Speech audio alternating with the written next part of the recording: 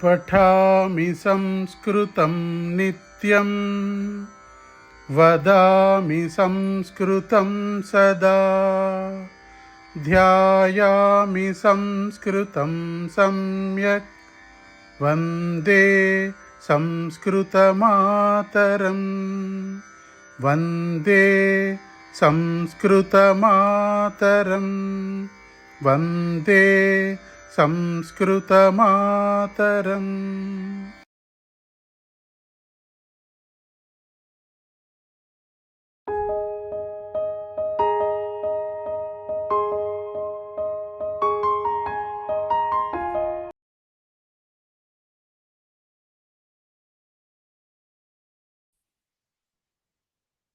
జయమంత్ర మల్లీశ్వరి గారు అన్మ్యూట్ చేసుకుని పాడండి. ध्येयमन्त्रः पठामि संस्कृतं नित्यं वदामि संस्कृतं सदा ध्यायामि संस्कृतं सम्यक् वन्दे संस्कृतमातरम् संस्कृतस्य प्रसाराय नैजं सर्वं ददाम्यहम् संस्कृतस्य सदा भक्तो वन्दे संस्कृतमातरम् संस्कृतस्य कृते जीवन् संस्कृतस्य कृते यजन् आत्मानमाहुतं मन्ये वन्दे संस्कृतमातरम् वन्दे संस्कृतमातरम्। ధన్యవాదాः మహోదయ. ధన్యవాదాలు. ఒక చిన్న మార్పు చేద్దామా ఇవాళ? ఒక్కో సంధి ఒకళ్ళు ఎక్స్ప్లెయిన్ చేయండి, ఒక్కొక్కళ్ళు. నేను వింటా, ఎంతవరకు అర్థమైందో తెలుస్తుందేమో నాకు. ఏమంటారు? బ్యాడ్ ఐడియా అంటారా? అలాగే మహోదయ, తప్పకుండా ప్రయత్నం చేస్తాను. బ్యాడ్ ఐడియా అంటారు. మనం చెప్తే పారిపోతారేమో ఒక్కొక్కళ్ళు, ముందు మెడగారి పారిపోతారేమో మన మాట వినలేక. నాకు దారి లేదు, తప్పించుకోవడానికి ఆవిడ వింటేనే మనకి బాగుంటుంది.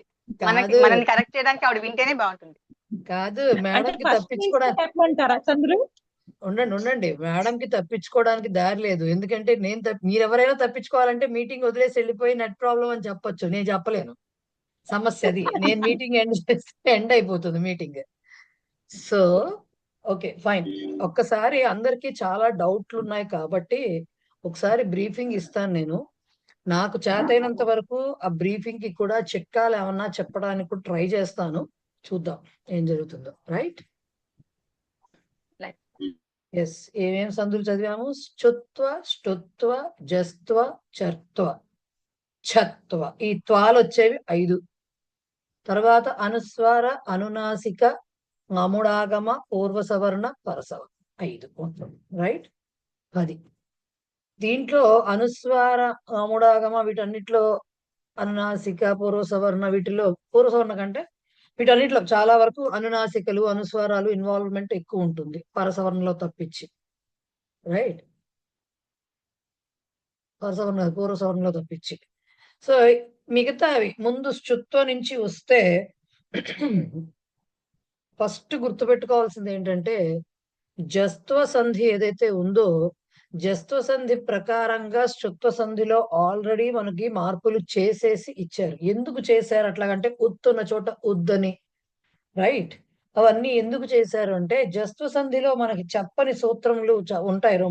ఆ ముందరే చెప్పాను, సూత్రాలు అనేవి మనకి కొంచెం మాత్రమే, సంధులు బేసిక్ చాలా పై లెవెల్లో చెప్పారు అని. రైట్? డెప్త్ లోకి వెళ్ళలేదు. సో చాలా ఎక్సెప్షన్స్ ఉన్నాయి. కొన్ని రకాల వాటిని ఏమంటారు, సవరణలు, అమెండ్మెంట్స్ టైప్ లో కొన్ని ఉన్నాయి. అలాంటివి ఉంటూ ఉంటాయి. ఆ బేసిక్ లెవెల్లో చెప్పినప్పుడు ఈ చెప్పని రూల్ ఏంటంటే, మీకు అంటే పదాంతములో ఏ వ్యంజనం ఉన్నా, వర్గీయ వ్యంజనము అంటే పరుష వ్యంజనం, కర్కశ వ్యంజనం ఉన్నప్పుడు దానికి అది కూడా మృదు వ్యంజనంలోకి అంటే వర్గ తృతీయ అక్షరంలోకి పరివర్తితం అవుతుంది అని. లైక్ ఉత్ అన్నా ఉద్ అన్నా ఒకటే అని చెప్పాను నేను. అది యాక్చువల్ గా వైకల్పికం అనమాట. అంటే వికల్పం. అంటే ఉత్ రాయొచ్చు, ఉద్ రాయొచ్చు, ఏది రాసినా కరెక్టే. ఆ ఉద్దు కింద మారడం అంటే దానికి కూడా ఏంటంటే, దానికి ఆ కింద ఆ పద అంతంలో వచ్చేటప్పుడు ఏదర్ వర్గ ప్రథమాక్షరం ప్రథమ వ్యంజనం ఉండొచ్చు, ఆర్ వర్గ తృతీయ వ్యంజనం ఉండొచ్చు అనేదే రూల్. రైట్. సో దాంతో ఏమవుతుంది మీకు ఉత్తైనా కరెక్టే, ఉద్దైనా కరెక్టే. ఏ తత్తైనా కరెక్టే, ఏ తద్దైనా కరెక్టే. రైట్. ఏదైనా కరెక్టే. మరి ఎందుకండి కొన్ని చోట్ల అవి తీసుకుంటారు, కొన్ని చోట్ల ఇవి తీసుకుంటారంటే, మనకి 2 పక్కల మన ఇంటికి ఇద్దరుంటారు నైబర్స్. రైట్. ఒకళ్ళతోటి మనకి కొన్ని రకాలుగా పడుతుంది. అంటే మన పిల్లలు, వాళ్ళ పిల్లలు ఫ్రెండ్స్ అయ్యుండొచ్చు. ఇంకొకళ్ళతోటి పిల్లలు ఫ్రెండ్స్ కాదు. వాళ్ళ పిల్లలు మన ఏజ్ ఉండకపోవచ్చు కానీ వాళ్ళ పెద్దవాళ్ళతో మనకు పడుతుంది. సో వీళ్ళతో పెద్దవాళ్ళతో ఉన్నట్టుండాలి. వీళ్ళతో పిల్లలతో ఉన్నట్టుండాలా? ఉండొద్దా? ఉన్నది మనమే ఉన్నది మళ్ళీ అక్కడ.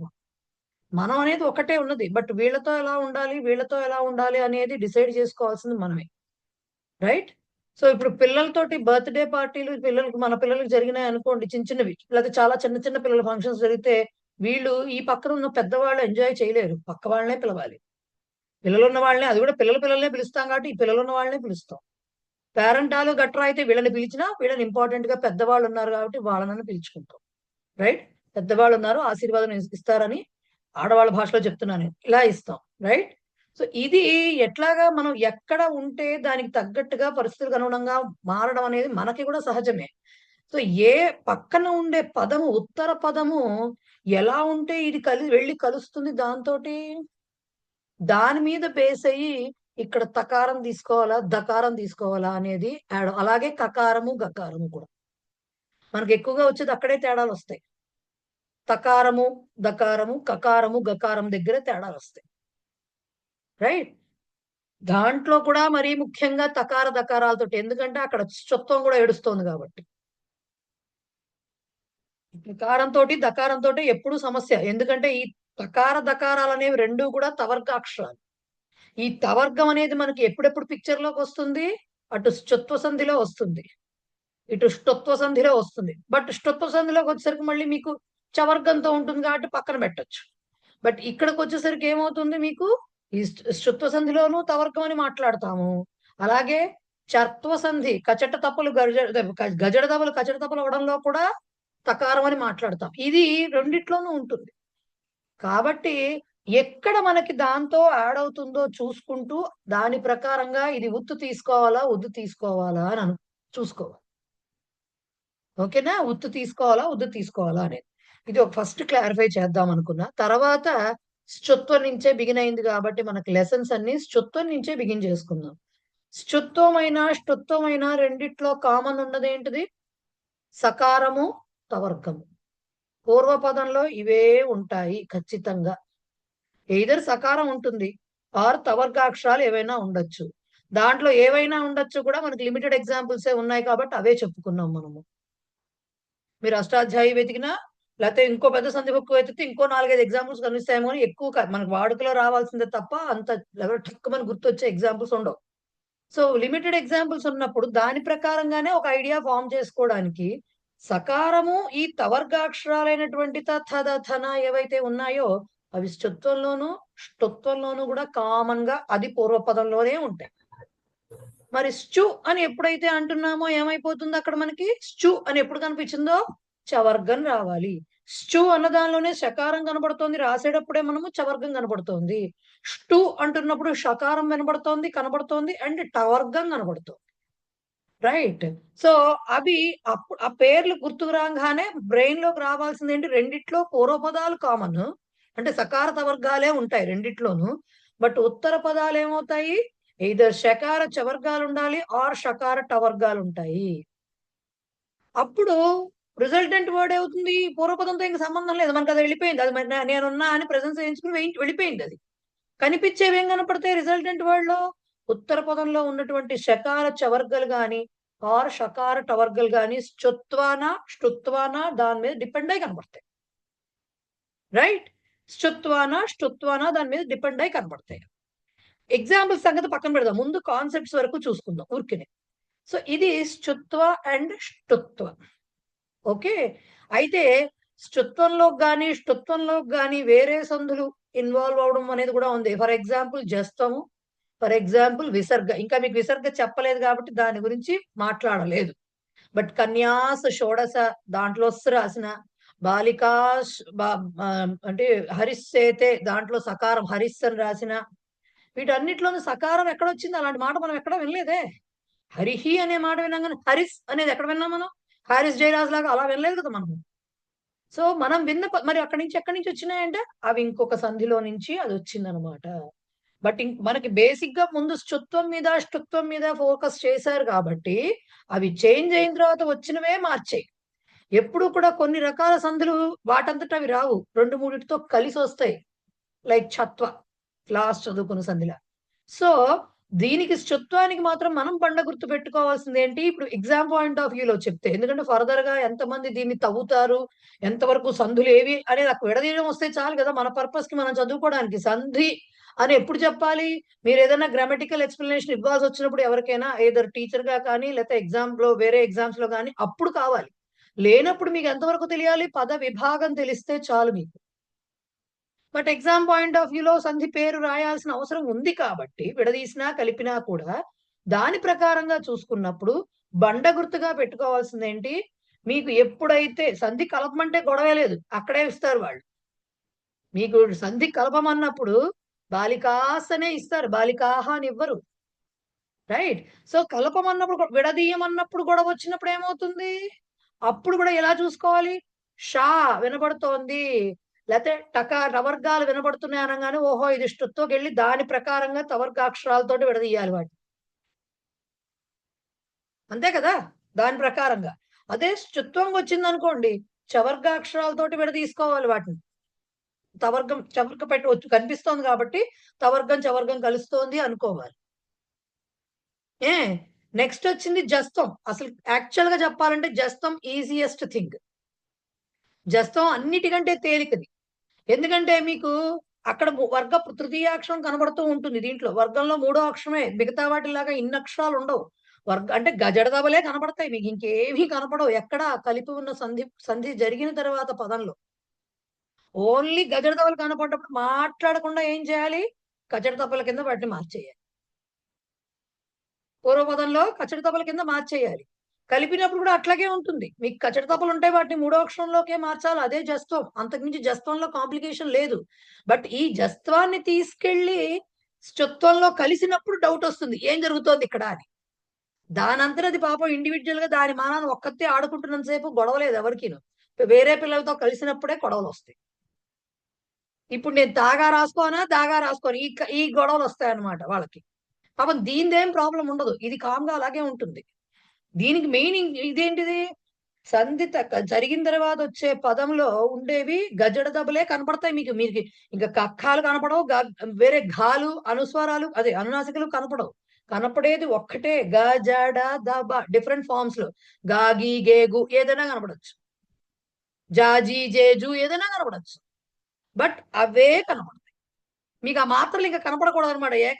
మన అర్జునుడి పక్షిగా కంటిని మాత్రమే చూసినట్టు గాకి ఈ ఉందా ఏ ఉందా దాంతో మనకు సంబంధం లేదు, జాకి అదే కనబడుతూ ఉంటుంది సంధి జరిగిన తర్వాత పదంలో.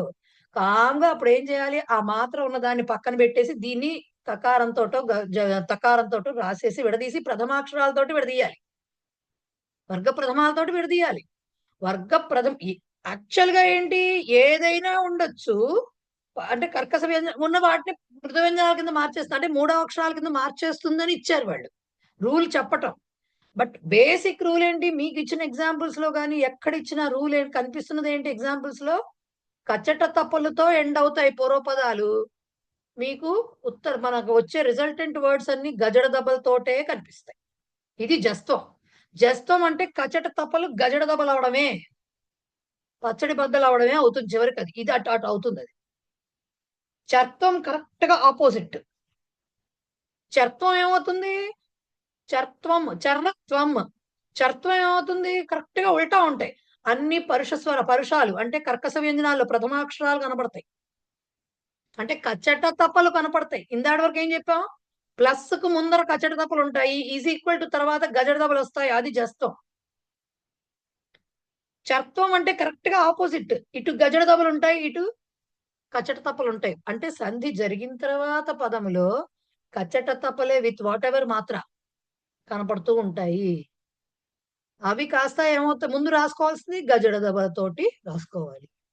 కొన్ని సందర్భాలలో కేవలం గజడ దబలతోటి అంటే అల్ప ప్రాణాలతోటి కాకుండా ఒక్కొక్కసారి మహాప్రాణాలు కూడా ఉండే అవకాశం ఉంటుంది. బట్ అవి కూడా మళ్ళీ ఈ అక్షరాలే ఉంటాయి. అంటే ఖా ఉండొచ్చు, అలా ఉండొచ్చు.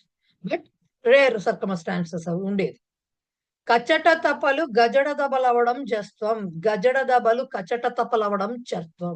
ఎందుకండి అలా ఉన్న వాటిని అలా ఉంచొచ్చు కదా, మార్చొచ్చు కదా అంటే ఇది వరకు ఇందాకట్లాగానే మనకి దేంతో కలుస్తుందో అన్ని కూరలతో కలవవు కదండి. బాగుండదు, అన్నిట్లో అన్ని కలిపేసేస్తే చండాలంగా ఉంటుంది రుచి.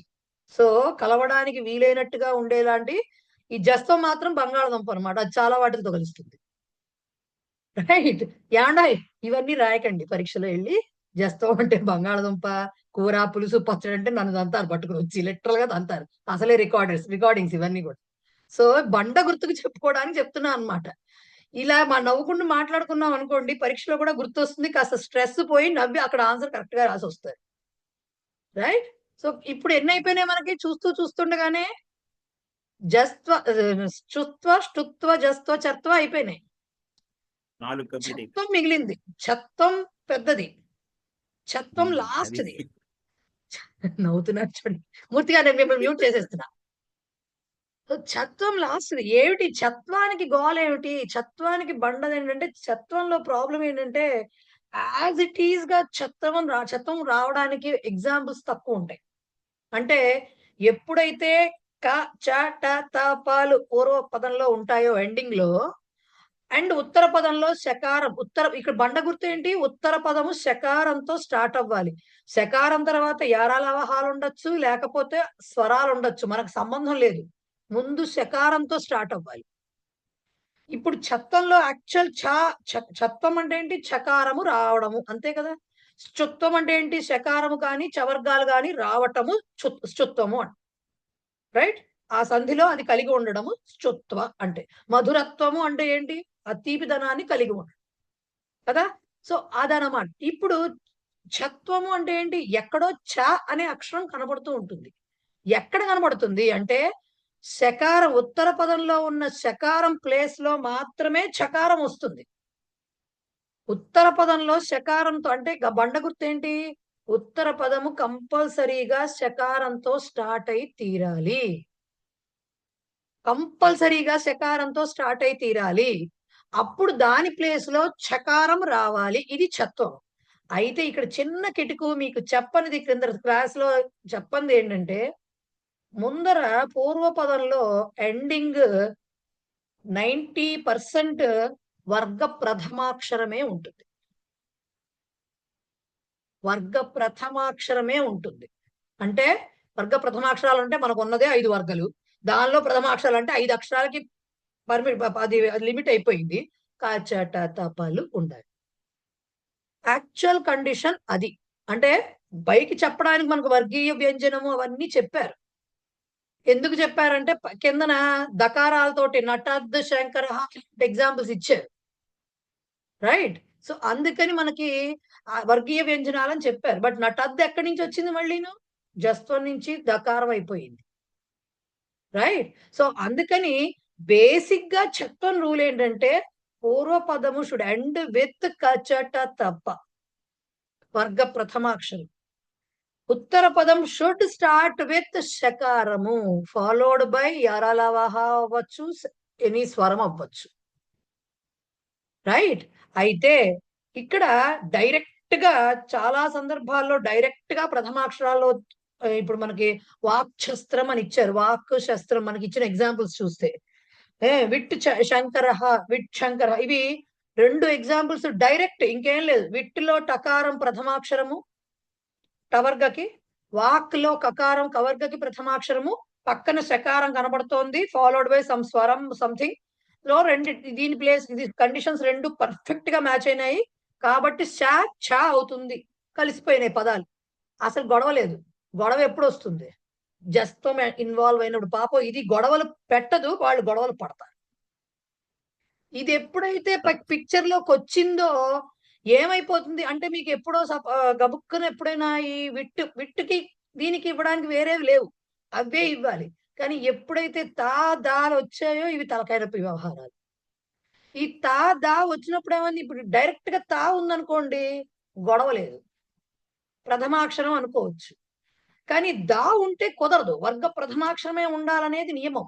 ఈ దా తా అవ్వాలి అంటే చాలా సందులు, ఒక్కొక్కసారి డైరెక్ట్ గా అవ్వదు కదా, ఒక్కొక్కసారి ఇప్పుడు ఎందుకంటే ఈ అవ్వడానికి కొన్ని కొన్ని సందర్భాల్లో వెంటనే దాని కిందకి చేంజ్ అవ్వచ్చు, కొన్నిట్లో ఇంకో 2 సందులు యాడ్ అవ్వాల్సి రావచ్చు మార్పులు చెందటానికి.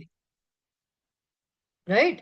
సో దాని వల్ల ఏమవుతుంది అంటే, ఇప్పుడు మీరు ఏ కండిషన్స్ అప్లై చేయాలన్నా ఈ సందులన్నిటివిను ఒక సంధి ఏమండి డైరెక్ట్ గా తాని నేను దా రాయకూడదా? లేకపోతే దాని తా రాయకూడదా? అంటే రాదు. చెప్పేస్తాం 2 ఒకటే అని. కానీ పక్కన వాళ్ళని చూసుకుంటూ సంధిల్ని ఓహో! ఇదింటే ఇలా అవ్వాలి కాబట్టి ఇటు పక్క నుంచెళ్ళి దాన్ని ఇటు తీసుకొచ్చి మొత్తానికి వచ్చేది ఇదే. ఇన్ని మార్పులు చేయాల్సొస్తుంది. సో ఎప్పుడైతే తకారము, దకారము పిక్చర్‌లోకొచ్చాయో ప్రాబ్లమ్ ఏమవుతుంది? ఈ తకార, దకారాలు పక్కన శకారం ఉండి తీరాలి. ఇప్పుడు నేనున్నా అంటూ శ్చొత్వం వచ్చేస్తుంది పక్క నుంచి. శ్చొత్వం వస్తూ ఉంటుంది అప్పుడప్పుడు పక్క నుంచి. శ్చొత్వం కండిషన్ ప్రకారంగా కొన్ని మార్పులే జరగాలి. శ్చొత్వం ఎప్పుడైతే పిక్చర్‌లోకొస్తోందో శ్చొత్వం ప్రకారంగా ఏం రావాలి? శకారము మార్చలేము ఇక్కడ. ఎందుకంటే ఈ పూర్వపదంలో శకారం ఉండదు. వేరేదుంటుంది. రైట్. తకార, దకారాలు ఏవో ఉంటాయి. కానీ అవి ఎలా మారతాయి? శ్చొత్వం ప్రకారంగా చవర్గ అక్షరాలుగా మారతాయి గానీ వేరేగా మారవు.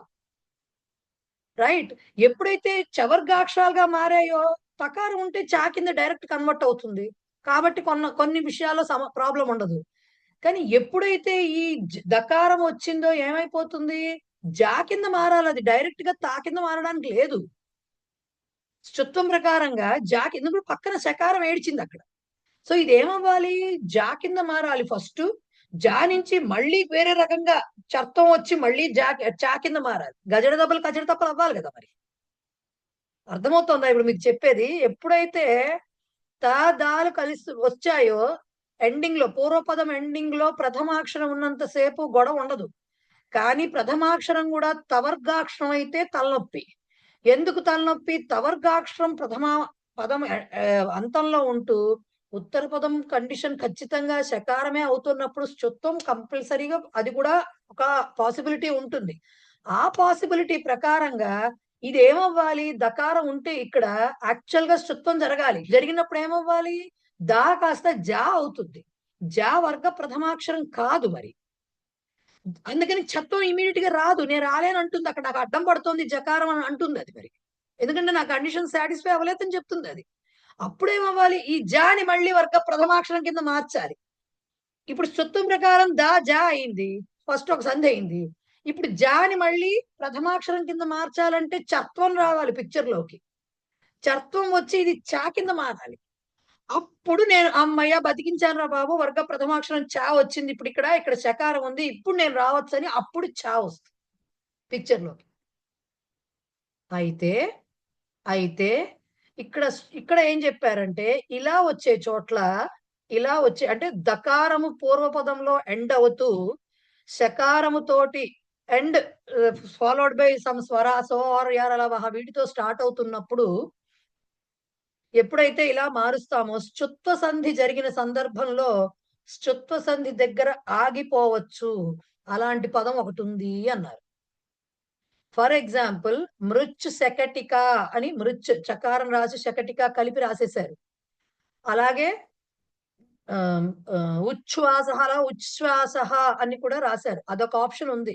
అక్కడితో ఆగచ్చు. ఆగిపోకుండా అంటే ఆ మాట కరెక్టే. ఉచ్ఛ్వాస అనే మాట కూడా కరెక్టే. బట్ ఉచ్ఛ్వాస అనే మాట కూడా కరెక్టే. అంటే శ్చొత్వంతో ఆగిపోవచ్చు. లేదంటే ఛత్వం జరిగి ఉచ్ఛ్వాస కూడా అవ్వచ్చు. అందుకని ఛత్వసంధి జరిగే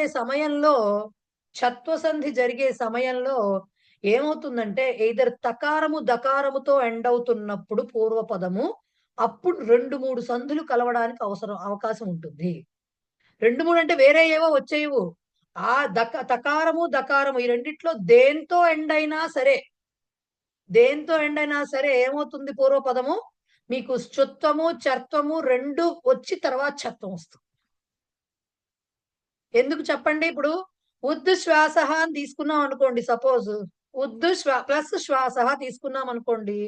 దకారం ఉంది కాబట్టి ఫస్ట్ శ్చొత్వం జరిగి ఏమవుతుంది? అది ఉజ్జు శ్వాస అవుతుంది. అది ఉజ్. సో జకారం. ఫస్ట్ స్తుత్వం జరిగి జకారం అవుతుంది. ఈ జకారమైన దాన్ని ప్రథమాక్షరం కిందకి తీసుకురావాలి కాబట్టి చర్త్వం జరుగుతుంది రెండోది. జరిగి ఏమవుతుంది? ఉచ్చు శ్వాస అయి ఎయిదర్ అక్కడతో ఆగుతుంది. సో కంపల్సరీగా ఉచ్చు శ్వాస అని అవ్వాలన్నా కూడా అక్కడ మీకు చర్త్వము లేకపోతే ఏమంటారు ఉద్దు తీసుకున్నప్పుడు ఉద్దు ప్లస్ శ్వాస తీసుకున్నప్పుడు అది ఉచ్ శ్వాస అనే రూపం తీసుకోవాలి అంటే మీకు అక్కడ చర్త్వము జరగాలి, స్తుత్వము జరగాలి. ఇంకా ఉచ్ఛ్వాస అనే రూపం తీసుకోవాలంటే ఈ రెండు కాక ఛత్వం కూడా జరుగుతుంది. లేదండి మేము ఉద్దు తీసుకోవట్లేదు, ఉత్తు తీసుకుంటున్నాము. ఉత్తు తీసుకున్నప్పుడు ఏమవుతుంది? డైరెక్ట్ గా చా అయిపోతుంది స్తుత్వం ప్రకారంగా. అప్పుడు చర్త్వంతో పని ఉండదు. ఉత్తు ప్లస్ శ్వాస, ఉచ్చు ప్లస్ శ్వాస అని స్తుత్వం ప్రకారం అయి డైరెక్ట్ గా ఉచ్ఛ్వాస ఛత్వం అయిపోతుంది. రైట్? అర్థమవుతుంది కదా ఇప్పుడు. సో ఎప్పుడైతే దకారంతో పూర్వపదం ఎండ్ అవుతోందో అప్పుడు ఛత్వ సంధి జరగాలంటే స్తుత్వము చర్త్వము రెండూ జరగాలి ముందు వెనకగా. ముందు స్తుత్వం, తర్వాత చర్త్వం, తర్వాత ఛత్వం మూడు రావాలి. ఎప్పుడైతే పూర్వపదం తకారంతో ఎండ్ అవుతోందో అప్పుడు డైరెక్ట్ గా దాని ఏమంటారు స్తుత్వం జరిగి ఛత్వం వస్తుంది. సో బేసికల్ గా ఛత్వం జరగాలంటే చాలా కండిషన్స్ లో స్తుత్వం కంపల్సరీ అవుతుంది. ఎందుకంటే మనకి ఈ కండిషన్స్ స్తుత్వానికి కూడా ఉన్నాయి కాబట్టి. బట్ స్తుత్వంలో ఛా రాదు. ఛా వచ్చే కండిషన్ పూర్వపదానికి ఉంటుంది, ఉత్తర పదంలో కుదరదు. రావాలి అంటే మీకు దాంట్లో కంపల్సరీ అక్కడ వేరే చకారం ఉండాలి, అంటే థకారం ఉండాలి, అప్పుడే వస్తుంది స్తుత్వం ప్రకారం. సో స్తుత్వంలో చకారం రాదు. ఇక్కడ చెప్తున్నది ఏంటి? శకారం ప్లేస్ లో చకారం రావన్నారు. స్తుత్వంలో శకారం ప్లేస్ లో చకారం ఎక్కడి నుంచి వస్తుంది? రాదు కదా. ఛత్వంలో ఉత్తర పదంలోనే చకారం రావాలి. సో ఎప్పుడైతే ఛత్వం జరగాలో డైరెక్ట్ గా వర్గ ప్రథమాక్షరాలు లైక్ కా టా పా ఇలాంటివి ఉంటే గొడవలేదు, డైరెక్ట్ గా వస్తుంది ఛత్వం. ఓకే. కానీ ఎప్పుడైతే తకారమో దకారమో ఉన్నప్పుడు మాత్రమే ఏమవుతుందన్నమాట, కంపల్సరీ స్తుత్వము చర్త్వము ఛత్వము జరుగుతాయి. కనీసం స్తుత్వమైనా జరిగి ఛత్వం జరుగుతుంది, చర్త్వంతో అక్కర్లేకపోతే, అక్కడ అవసరం లేకపోతే. రైట్? ఇది ఛత్వం అన్నమాట. సో బండగుర్తు ఛత్వానికి ఏంటి? పూర్వపదము టు ఎండ్ విత్ ప్రథమాక్షరం, వర్గ ప్రథమాక్షరము ద్వితీయం శకారంతో స్టార్ట్ అవ్వాలి. ఛత్వం వచ్చేది కూడా, చకారం వచ్చేది కూడా శా ప్లేస్ లోనే, అంటే ఉత్తర పదంలో ఉన్నటువంటి శా ప్లేస్ లోనే వస్తుంది, ఇంకెక్కడ రాదు. అర్థమైందా ఇప్పుడు? ఎస్ మేడం, విద్యుత్ శక్తి అని అంటాం కదా మనం, Right. విద్యుత్ శక్తి. కరెక్ట్. దాన్ని మీరు చెప్పిన దాని ప్రకారం విద్యుత్ అని ముందర రాసుకుని విడ తీసుకుంటాం. విద్యుత్ విద్యుత్ ప్లస్ శక్తి. ఆ విద్యుత్ అన్నది ఆ తా జా జరుగుతుంది, విద్యుత్ అవుతుంది, అంతే కదా మేడం? ఓకే. రైట్. అప్పుడు అది ఒక పార్ట్. అది ఆ జా మళ్ళీ ప్రథమాక్షరానికి వచ్చి విద్యుత్ చ అవుతుంది. విద్యుత్ విద్యుత్ అప్పుడు అది చత్వం అవుతుంది, అంతే కదా మేడం? విద్యుత్ శక్తి మొత్తం కలిపితే విద్యుత్ శక్తి అనేది చత్వం. ఇప్పుడు మీరు చెప్పింది. సో మీరు చెప్పిన దాంట్లో ఫస్ట్ దా జా కింద, విద్యుత్తులో దా జా కింద ఎప్పుడైతే మారిందో అది ఏ సంధి అయింది? అప్పుడు స్తుత్వం అయింది. అది అయింది కదా, స్తుత్వం అయింది. అప్పుడు స్తుత్వం తర్వాత జా కింద మారింది, మళ్ళీ చా కింద మారడం, హాఫ్ చా రాశాను అన్నారు కదా, అప్పుడు ఏమైంది? అది చర్త్వం అయింది. చర్త్వం అయింది. చర్త్వం వచ్చిందంటే అర్థం ఏంటి? చర్త్వం అయిన తర్వాత వచ్చిన మాట ఏంటి మనకి? విద్యుత్ ప్లస్ శక్తి. ఇప్పుడు చత్వం కండిషన్ సాటిస్ఫై అయింది, వర్గ ప్రథమాక్షరంతో ఎండ్ అయింది చకారం తోటి, అండ్ దెన్ యాడ్ అవుతుంది. సో షా ప్లేస్ లో చా రావాలి. మీరు అంటున్నది మేడం, ఆ షా తర్వాత యావరాల అని ఏ స్వరమైనా లేకపోతే ఏదైనా రావచ్చు అని చెప్పేసి అంటున్నారు కదా. అది ఇప్పుడు తి అన్నది, లేకపోతే తచ్చివ అని ఉంది అనుకోండి, తద్ శివ, వా ఆ వా అని చెప్తున్నారు మీరు కాదు చివరి మీరు అక్కడ అక్షరం. అర్థం లేదు, మీరు అక్కడ అర్థం చేసుకున్న తప్పు.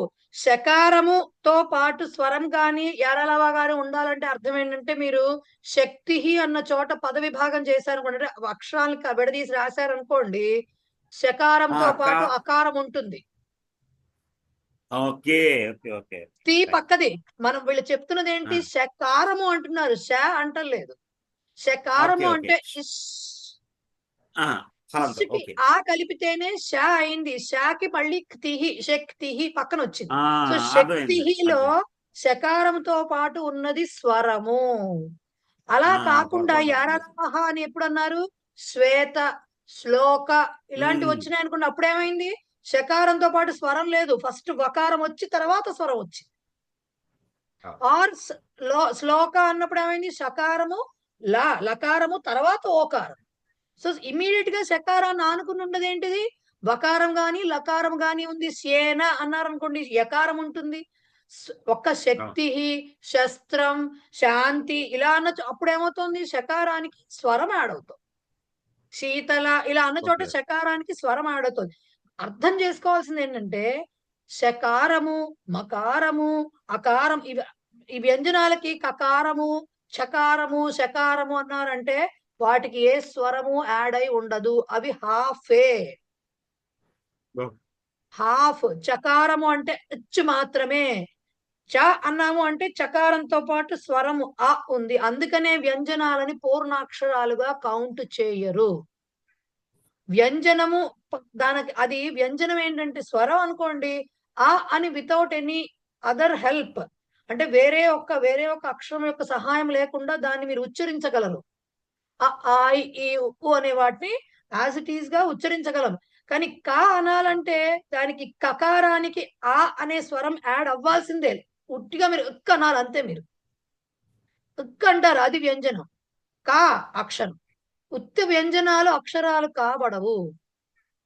వ్యంజనాలు ఎప్పుడైతే స్వరముతో కలుస్తాయో అప్పుడే అవి ఎన్ని వ్యంజనాలుగా, ఇప్పుడు శ్లోక అన్నారనుకోండి, శకారంతో పాటు లకారము ఉంది, అయినా స్ల్ అనే పలకాలి పక్కన ఓకారం లేకపోతే. శ్లాఘ అన్నారనుకోండి, శ్లాఘతే, దాంట్లో కూడా ఇస్ ల్ ఆ ఉంది పక్కన, ఆ ఆకారం లేకపోతే ఇవి పలకలేరు మీరు.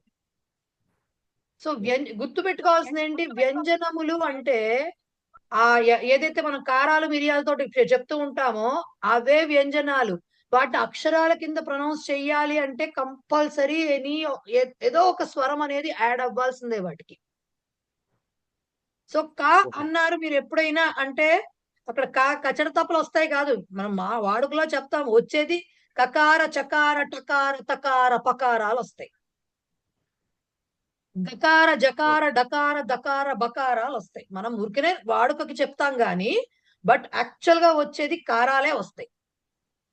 వాటికి పక్కన ఇంకేదో యాడ్ అయినప్పుడు అవి సంయుక్తాక్షరంగా మారతాయా, స్వరంతో కలిసి మామూలుగా గుణింతాక్షరంగా మారతాయా అనేది తర్వాత విషయం. ముందైతే వచ్చేవి ఇప్పుడు మనం చెప్పుకున్న అన్ని సంధుల్లో కూడా ఇది వస్తుంది, ఆ ప్లేస్ లో ఇది వస్తుంది. ఇప్పుడు చకారం వస్తుంది అన్నానంటే శకారం ప్లేస్ లో కేవలం చకారమే వస్తుంది, చా రాదు. చా వస్తే గోలైపోతుంది, ఎందుకంటే దాంట్లో ఆ ఉంటుంది. సో శకారం ప్లేస్ లో శ్వేత, శ్వేత అవుతోంది అంటే అర్థం ఏంటి, కేవలం శకారం ప్లేస్ లో చకారం వస్తుంది. మిగతా వకారము, దాని పక్కన ఉన్న గుణింతం అక్షరం అన్ని స్వరాక్షరాలు అన్ని కామన్ ఉంటున్నాయి. కేవలం అది బాగా గుర్తుపెట్టుకోండి, ఇది చాలా అవసరపడుతుంది ఛందస్సులో కోవిదాలకు వచ్చేసరికి. వ్యంజనము, కేవల వ్యంజనము పూర్ణాక్షరముగా లెక్క చేయబడదు. వ్యంజనం ఎప్పుడైతే స్వరాక్షరంతో కూడుతుందో అప్పుడే అది పూర్ణాక్షరం అవుతుంది. బట్ స్వరాలు పూర్ణాక్షరం. ఓకేనా? ఇప్పుడు ఇంతవరకు అర్థమైంది కదా? ఎస్ రవళి చెప్పండి. ఒక్క నిమిషం సార్, రావు గారు ఒక్క నిమిషం, మీ ముందర ఇద్దరు చేతులు ఎత్తారు, వాళ్ళిద్దరు అయ్యాక అప్పుడు వస్తా. ఇప్పుడు వర్గాల్లో ప్రథమాక్షరం రావాలన్నారు కదండి, కా, చ, ట ఇవి ఓకే. తా వచ్చినప్పుడు అది జస్వ సంధి కింద మారి అప్పుడు శృత్వ సంధి, చర్త్వ సంధి వచ్చి ఛత్వ సంధిలోకి వస్తుంది. ఎందుకు కదా? ఎందుకనేది లేదు, కన్ఫర్మ్ చేసుకుంటున్నాను మేడం. అదే నేను ఎందుకు అని అడుగుతున్నాను, చెప్పగలరా? ఎందుకంటే అది అక్కడ నాకు వచ్చి నోడండి, అసలు ఇప్పుడు చా కా చా టా అవి ఆ, ఏమంటారు వాటిని వాక్ శస్త్రం ఉందనుకోండి, వాక్ శస్త్రం కింద అయినప్పుడు తా వచ్చినప్పుడు ఫర్ ఎగ్జాంపుల్ తత్ శుభం ఉంది, అది కింద ఎందుకు రావట్లేదని నాకు డౌట్ వచ్చింది. ఆ, బహుశా ఇక్కడ జస్టిస్ ఉంది కాబట్టి అలా వెళ్తుందేమో అని. ఏం లేదమ్మా. ఇప్పుడు ఏమవుతుందంటే మనకి ఏదైనా సరే భాషను బట్టి వ్యాకరణం వచ్చింది తప్ప వ్యాకరణాన్ని అనుసరించి భాష రాలేదు. ఈ విషయం చాలా సార్లు చెప్పుకుంటా నేను. సో మాట్లాడటము మనకి ప్రొనౌన్స్ చేసేటప్పుడు గబగబా మనం మాట్లాడుతున్నప్పుడు ఏవైతే కలిపి ఫాస్ట్ గా మనం కలిసిపోయి వచ్చేస్తున్నాయో దాని ప్రకారంగా అది యూనివర్సల్ గా అబ్జర్వ్ చేసి చాలా రకాలుగా ఈ సంధులు అనేవి సూత్రాలు అనేవి వాటన్నిటిని ఏర్పాటు చేయడం జరిగింది. వాక్శస్త్రం అనేది మీరు పలకగలరు, బట్ తకారం ఉందనుకోండి అక్కడ సపోజ్ ఏదో ఒక రకం ఇప్పుడు ఏంటిది బృహత్ తత్ శీలం ఉందనుకోండి, తత్ శీలం ఉంది, తత్శీలం ని తత్శీలం అని పలకడం కష్టం. ఈ తకారాన్ని చకారాన్ని కలిపి ఉచ్చరించడం కష్టం. అదే తా ప్లేస్ లో చా వచ్చేసింది అనుకోండి, తత్శీలం అనడం ఈజీ అవుతుంది. ఎప్పుడు కూడా మాట అనేది అలా ఫామ్ అయింది. మాట్లాడేటప్పుడు మీరు తీరిగ్గా కూర్చుని లలిత చదివారు అనుకోండి, ఒక్కొక్క అక్షరమే చక్కగా ప్రొనౌన్స్ చేసుకుని గంట పడుతుంది.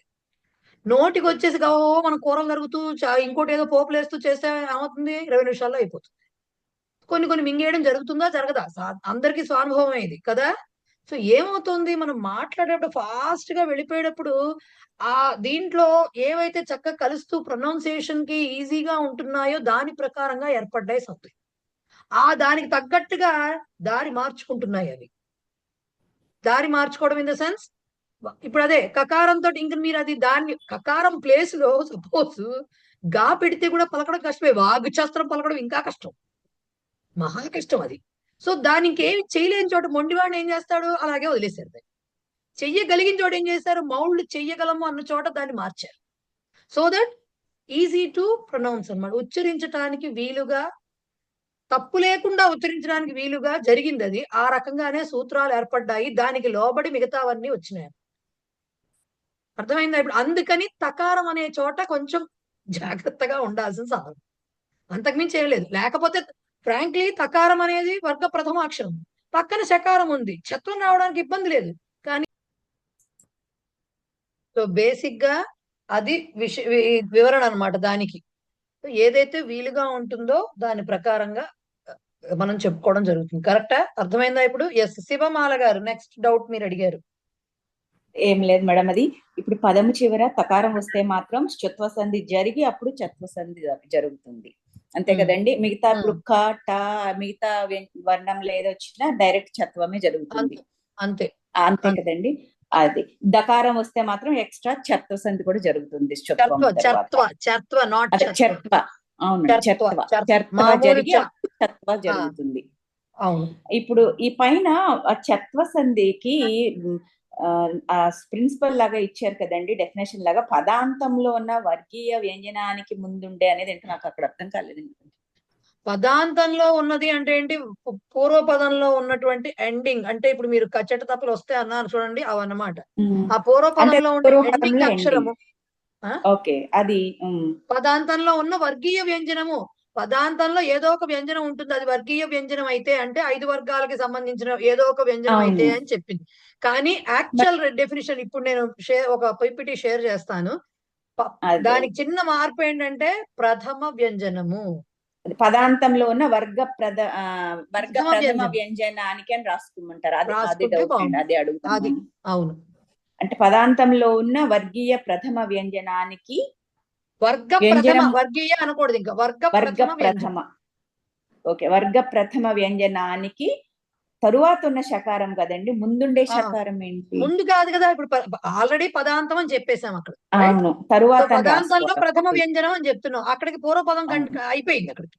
సో నెక్స్ట్ దాని తర్వాత ఉండే శకారానికి ఓకే తర్వాత స్వరం, శకారానికి తర్వాత అంటే అందుకనే నేనేమన్నానంటే మీరు అంత కాదు, మీరు ఎప్పుడైనా అంటే అర్థం చేసుకోవడానికి తెలుగు కాబట్టి అదే ఉంటుంది.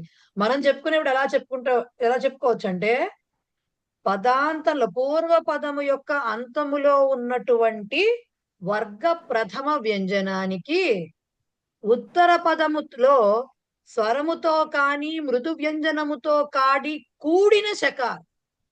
మృదు వ్యంజనం అంటే అదే యారా లావాహ, స్వరముతో కానీ లేకపోతే యారలవాహ వీటిలో ఏదో ఒక దాంతో గాని కూడిన శకారము. కూడిన శకారం అంటే ఏంటి? శకారము ప్లస్ అవేవైనా ఉండాలి. ఓకే. ఓకే, వాళ్ళు రాసిదానికి శకారానికి తర్వాత స్వరం లేదా హాయవర అంటే అర్థం ఏంటి? వీటితో కూడిన శకారము అంటే స్లాష్ స్వాష్ యా సహ అనే మాట లేదు కాబట్టి అది పలకలేము. బట్ ఇవి శ్రా ఇలాంటివి ఏవైనా వస్తే అని అర్థం. ఓకే అండి, కలిసి శకారముతో కలిసి స్వరము లేదా హయవరల్లో ఏదైనా వస్తే ఇప్పుడు శకారానికి చకారం ఆదేశంగా వస్తుంది.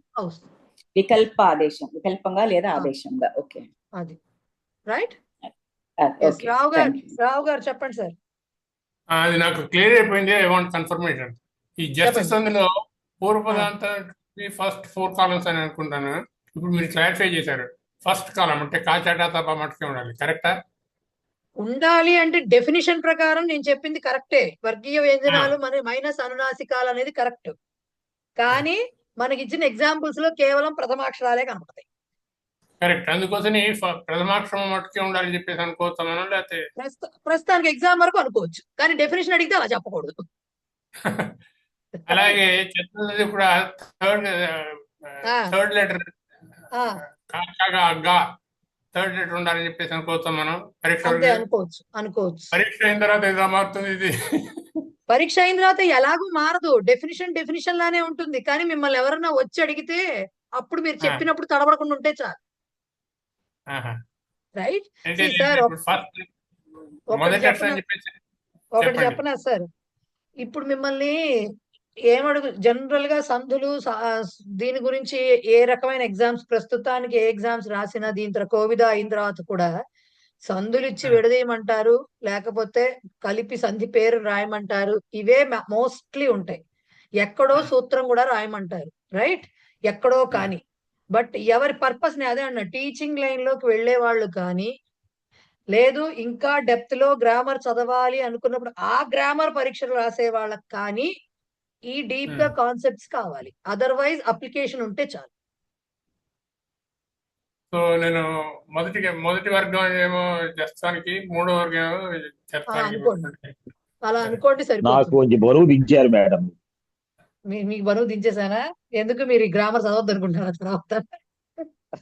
సార్ మీరు ఇప్పటిదాకా ఏ బరువు పెట్టుకున్నారు చెప్పండి ముందు. సార్ మీరు పెట్టుకున్న బరువు ఏంటో చెప్పండి సార్ ముందు. ఆయనకు బరువు ఎక్కడ వచ్చిందంటే ఇవన్నీ ఎలా ఎక్కడ ఎక్స్ప్లెయిన్ చేయమంటారా పరీక్షలో అని బరువు వచ్చింది ఆయనకి. తెలుసుగా అడిగారు కొన్ని సందర్భాల్లో పరీక్షలో ఏం చేశారంటే ఈ 5 మార్క్స్ సొంతంగా రాయమని చెప్పిన చోట మీరు ఏంటిది శుత్వ సంధి గురించి రాయండి, ఇట్లాంటివి చాలా రేర్ గా బట్ 1-2 సార్లు చూడటం జరిగింది. శుత్వం కావచ్చు, అనుస్వారం, ఏదో ఒక సంధి గురించి రాయమన్నారు. మీరు కష్టపడక్కర, దాని గురించి చించేసుకోక్కర్లేదు. మీకు ఇచ్చిన పీపీటీస్ అందుకే ఇచ్చింది. మీరు ఏమీ సొంతంగా వాక్యాలు రాయకపోయినా సరే ఆ పీపీటీలో ఉన్నది ఉన్నట్టు దింపగలిగితే మార్కులు పడతాయి.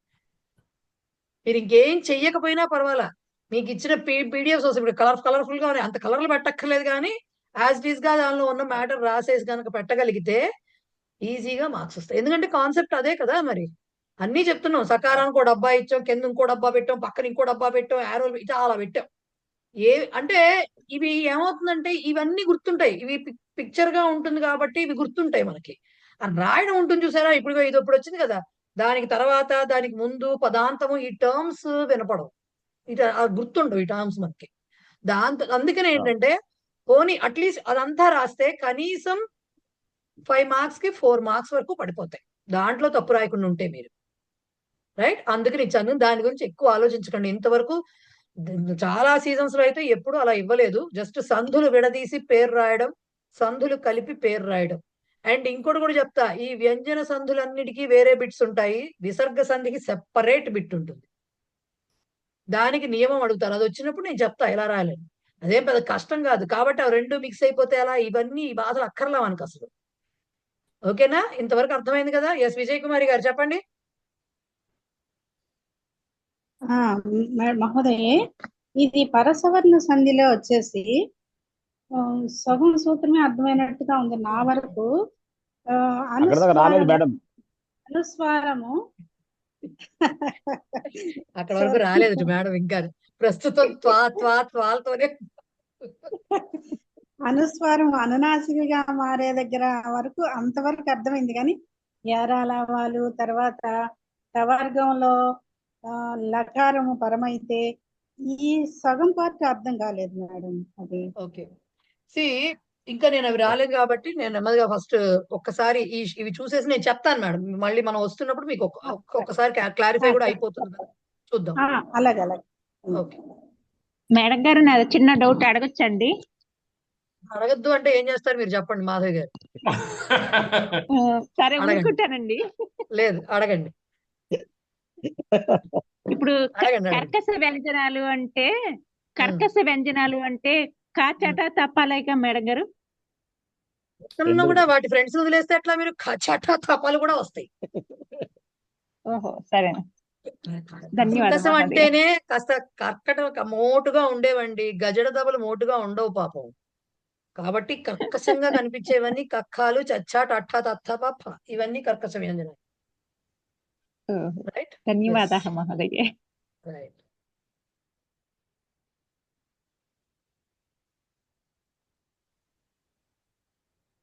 సో శ్చుత్వము అన్నప్పుడు సకార తవర్గయో శకార చవర్గయో చ యోగ సంబంధ, ఇవి ముందు వెనక ఉండాలి, ఇదే ముందు ఉండాలి ఇదే వెనకాల ఉండాలని రూల్ లేదు.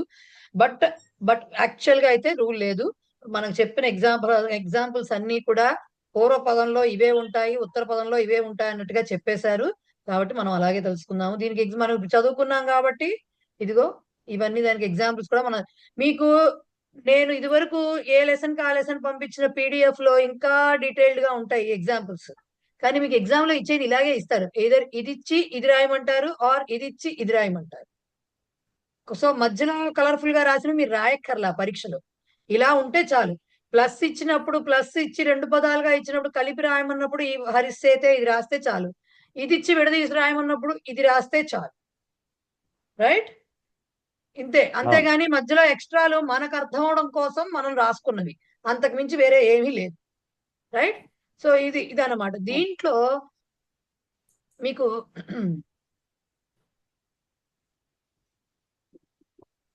ఎప్పుడు ఎప్పుడు దా రాసుకోవాలనే డౌట్లు వచ్చినప్పుడు ఏం చూస్తారంటే ఈ శ్రుత్వంలో కూడా విడదీసేటప్పుడు, అట్లీస్ట్ విడదీసేటప్పుడు కలిపిస్తే వాళ్ళే కలిపిస్తారు కాబట్టి మీరు రాసేస్తారు, గొడవలేదు.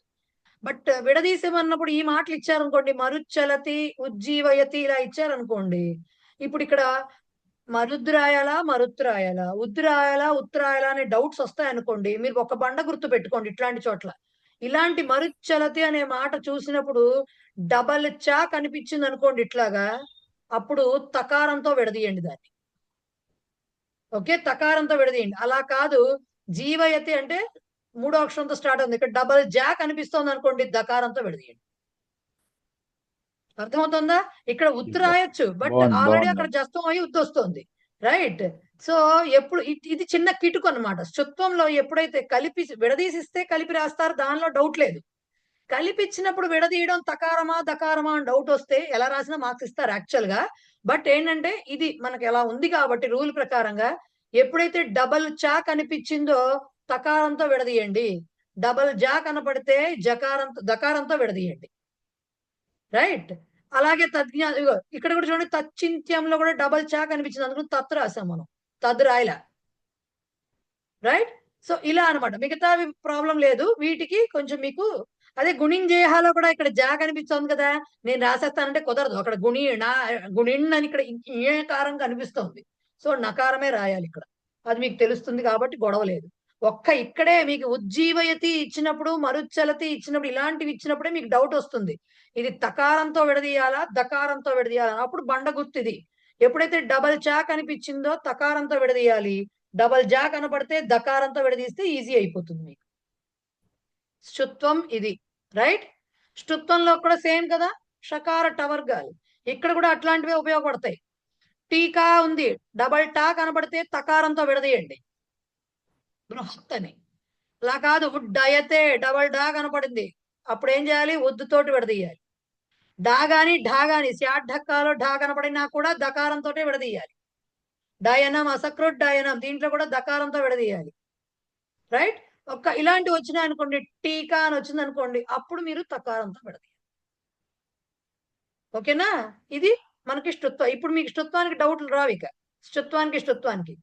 ఇకపోతే ఇందాక మీరు అడిగిన పూర్ణమాధవి గారు, ఇదిగో ఇది చూసుకోవాలి. కర్కశ వ్యంజనాలంటే ఇవి వర్గ ప్రథమ ద్వితీయాక్షరాలు కర్కశ వ్యంజనాలు, వర్గ తృతీయ చతుర్థ పంచమాక్షరాలు ప్లస్ యారాలావాహ, వీటన్నిటిని కలిపి మృదు వ్యంజనాలు అంటారు. అదే కాకుండా వర్గ పంచమాక్షరాలని అనునాసికలు అని కూడా అంటారు. ఓకేనా? ఇవన్నీ మీకు ఇదివరకు పంపించాను, మళ్ళీ ఈపీపీటీ కూడా పంపిస్తాను. ఇది మీరు ఇప్పుడు నెక్స్ట్ వచ్చింది మనం చదివింది జస్తం చదివాం. జస్తంలో ఇక్కడ చెప్పుకోవడము వర్గీయ వ్యంజనాన్ని మైనస్ అన్నాసిక అంటే మిగతా అన్నాసికలు కానీ మిగతా వర్గీయ 20 అక్షరాల్లో ఏదో ఒకటి ఉండొచ్చు, స్వరము మృదు వ్యంజనం ఏదో ఒకటి ఉండొచ్చు అన్నాం. గజడ దబలే వస్తాయన్నాం. బేసిక్ రూల్ ఏంటి? ఇది కచ్చట తప్ప చేంజ్ టు గజడ దప్ప. ఇది బేసిక్ రూల్ జస్త్వానికి బేసిక్ రూల్ కచ్చట తప్ప గజడ దబలు అవడము. ఎగ్జాంపుల్స్ కూడా మీరు చూస్తే మనకి ఇక్కడ వేరే అక్షరాలు కనపడలా, కచ్చట తప్పలే ఎండ్ అవుతాయి ఇక్కడ చివరిలో. రైట్? కచ్చట తప్పలతోనే ఎండ్ అవుతున్నాయి. కా ఛా ఠా థా ఫాలు ఏవి కనపడట్లేదు. సో కచ్చట తప్పలు గజడ దబలు అవడం జస్త్వము. ప్రాక్, జగత్, అప్, అచ్, సమ్రాట్, సమ్యక్, షట్, అప్, మహత్, షట్ అన్ని కూడా కచ్చట తప్పలతోటే ఎండ్ అయినాయి. పక్కన స్వరం ఉండొచ్చు, లేకపోతే మృదు వ్యంజనం ఏదో ఒకటి ఉండొచ్చు. సో అప్పుడేమవుతుంది, ఇవి మనకి గజడ దబలు అయిపోతాయి. ఇప్పుడు అర్థమవుతుందా? వీటి విడదీయగలుగుతారా?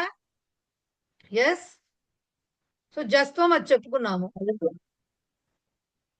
చర్త్వం ఏం చెప్పుకున్నాం? కరెక్ట్ గా ఉల్టా. ఇక్కడ ఇది కామన్ ఉంటుంది. ఇక్కడ మనం చెప్పుకున్న రూల్ ప్రకారం కర్కశ వ్యంజనాన్ని ఆర్ శేషాస అని చెప్పాము. బట్ బేసిక్ రూలు గజడ దబలు కచ్చట తప్పలు అవ్వటము బేసిక్ రూలు. ఈ యాక్చువల్ గా ఉత్తర పదము జస్త్వానికి చర్త్వానికి డిఫరెంట్ గా ఉంటుంది. బట్ స్టిల్ గజడ దబలు కచ్చట తప్పలు అవడం. మనకి ఎగ్జాంపుల్స్ కూడా అన్ని అలాగే ఉంటాయి ఆల్మోస్ట్. బా గా ద భా, ఇక్కడ ఒక చోట ఆరభ్యతేలో ఒక భకారం కనపడుతుంది. అన్ని చోట్ల మిగతావి మామూలు 3 అక్షరాలే కనపడతాయి, గజడ దబలు కనపడతాయి. వాటిని కచ్చట తప్పల కింద మార్చేసుకుని రాసుకోవడమేను. అర్థమవుతుందా? ఏతాదృక్ కీర్తి అని ఎప్పుడైతే ఇచ్చారనుకోండి, కీర్తి తీసేస్తే ఏతాదృక్ మా పక్కన పెట్టేస్తాం. అయితే ఈ కాతో ఎండ్ అవ్వదు కాబట్టి గకారంతో ఎండ్ చేస్తాం, బికాజ్ ఇట్ ఈస్ చర్త్వం. ఇప్పుడు అనుష్టుప్ ఛందహ అని మీకు ఇచ్చారండి, విడదీయమని ఇచ్చారండి, మీకు తెలియట్లేదు. ఏం చేయాలి? ఛందహ అనే మాట సెపరేట్ రాసుకోవాలి. ఫస్ట్ అనుష్టుప్ అని ఉంటుంది, కానీ అప్పుడు ఏమిటి అలా విడదీస్తే ఏం సంధం రాస్తారు? రాయలేరు కదా. సో దాన్ని పకారాన్ని బకారం కింద రాసి ఇప్పుడు చర్త్వం అయిందయ్యా బాబు అని చెప్పాలి. యాక్చువల్ గా మీరు కష్టం అనుకుంటున్నారు, అది ఈజీ. యాక్చువల్ గా ఈజీ. అదే దీంట్లో ఉందనుకోండి, అసలు ఇలా విడదీసిస్తే గొడవే లేదు. వాటి ప్లేసుల్లో ఫస్ట్ అక్షరాలు రాసేసుకుంటాం, కచ్చట తప్పలు రాసేసుకుంటాం. కలిపిచ్చినప్పుడు విడదీయడం ఎలాగా అనేది డౌట్ ఉంటే ఎప్పుడు కూడా విపత్కాలహ ఉంది, కాలహ పక్కన పెట్టేశారు, రెండో పదం మిగిలింది అంటే విపత్తు అని మిగిలింది. కానీ విపత్తు కాలహ యాజ్ ఇట్ ఈస్ గా రాస్తే అక్కడ సంధి చేయమని అర్థం లేదు కదా. కాబట్టి ఏం చేయాలి? విపత్తు రాయకుండా విపత్తు రాసేసారు, అయిపోయింది. మరి ఇది ఎలా వచ్చింది? చర్త్వం అయింది కాబట్టి. రైట్? అంటే దిగ్దర్శనం ఏంటంటే దిక్ దర్శనం, దర్శనం దిక్ ప్లస్ దర్శనం, అది కూడా అంటే అది జస్త్వం. అది చెప్పండి మేడం. అది జస్త్వం. ఎందుకు జస్త్వము అంటే మీకు రాసిన మాట ఏంటి? దిగ్దర్శనం అని గకారము దకారము చెప్తున్నారు. అదే యాజ్ ఇట్ ఈస్ గా ఉన్న దాన్ని విడదీయమని వాళ్ళు ఎందుకు చెప్తారు? మీకు చెప్పరు. కాబట్టి మీరు ఎలా విడదీస్తారు? దర్శనం పక్కన పెట్టేశారు. ఫస్ట్ మిగిలింది దిగ్ అని రాస్తే ఉపయోగం లేదు, దిక్ అని రాస్తేనే సంధి జరిగినట్టు.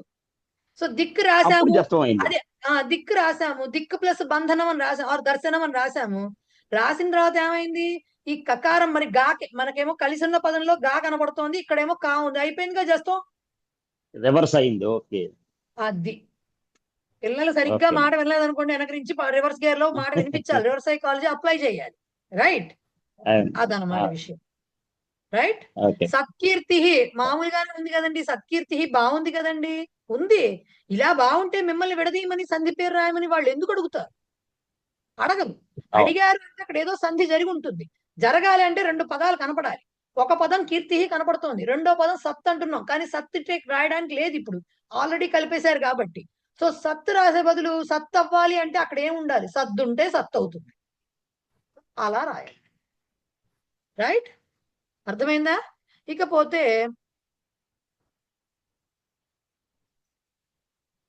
ఇదిగో ఛత్వ సంధిలో ఇది రాసుకోవాలి, వర్గ ప్రథమ వ్యంజనము శకారం ప్లస్ స్వరహ ఆర్ యారాలవాహ, వీటిల్లో ఏదో ఒకటి ఉండాలి.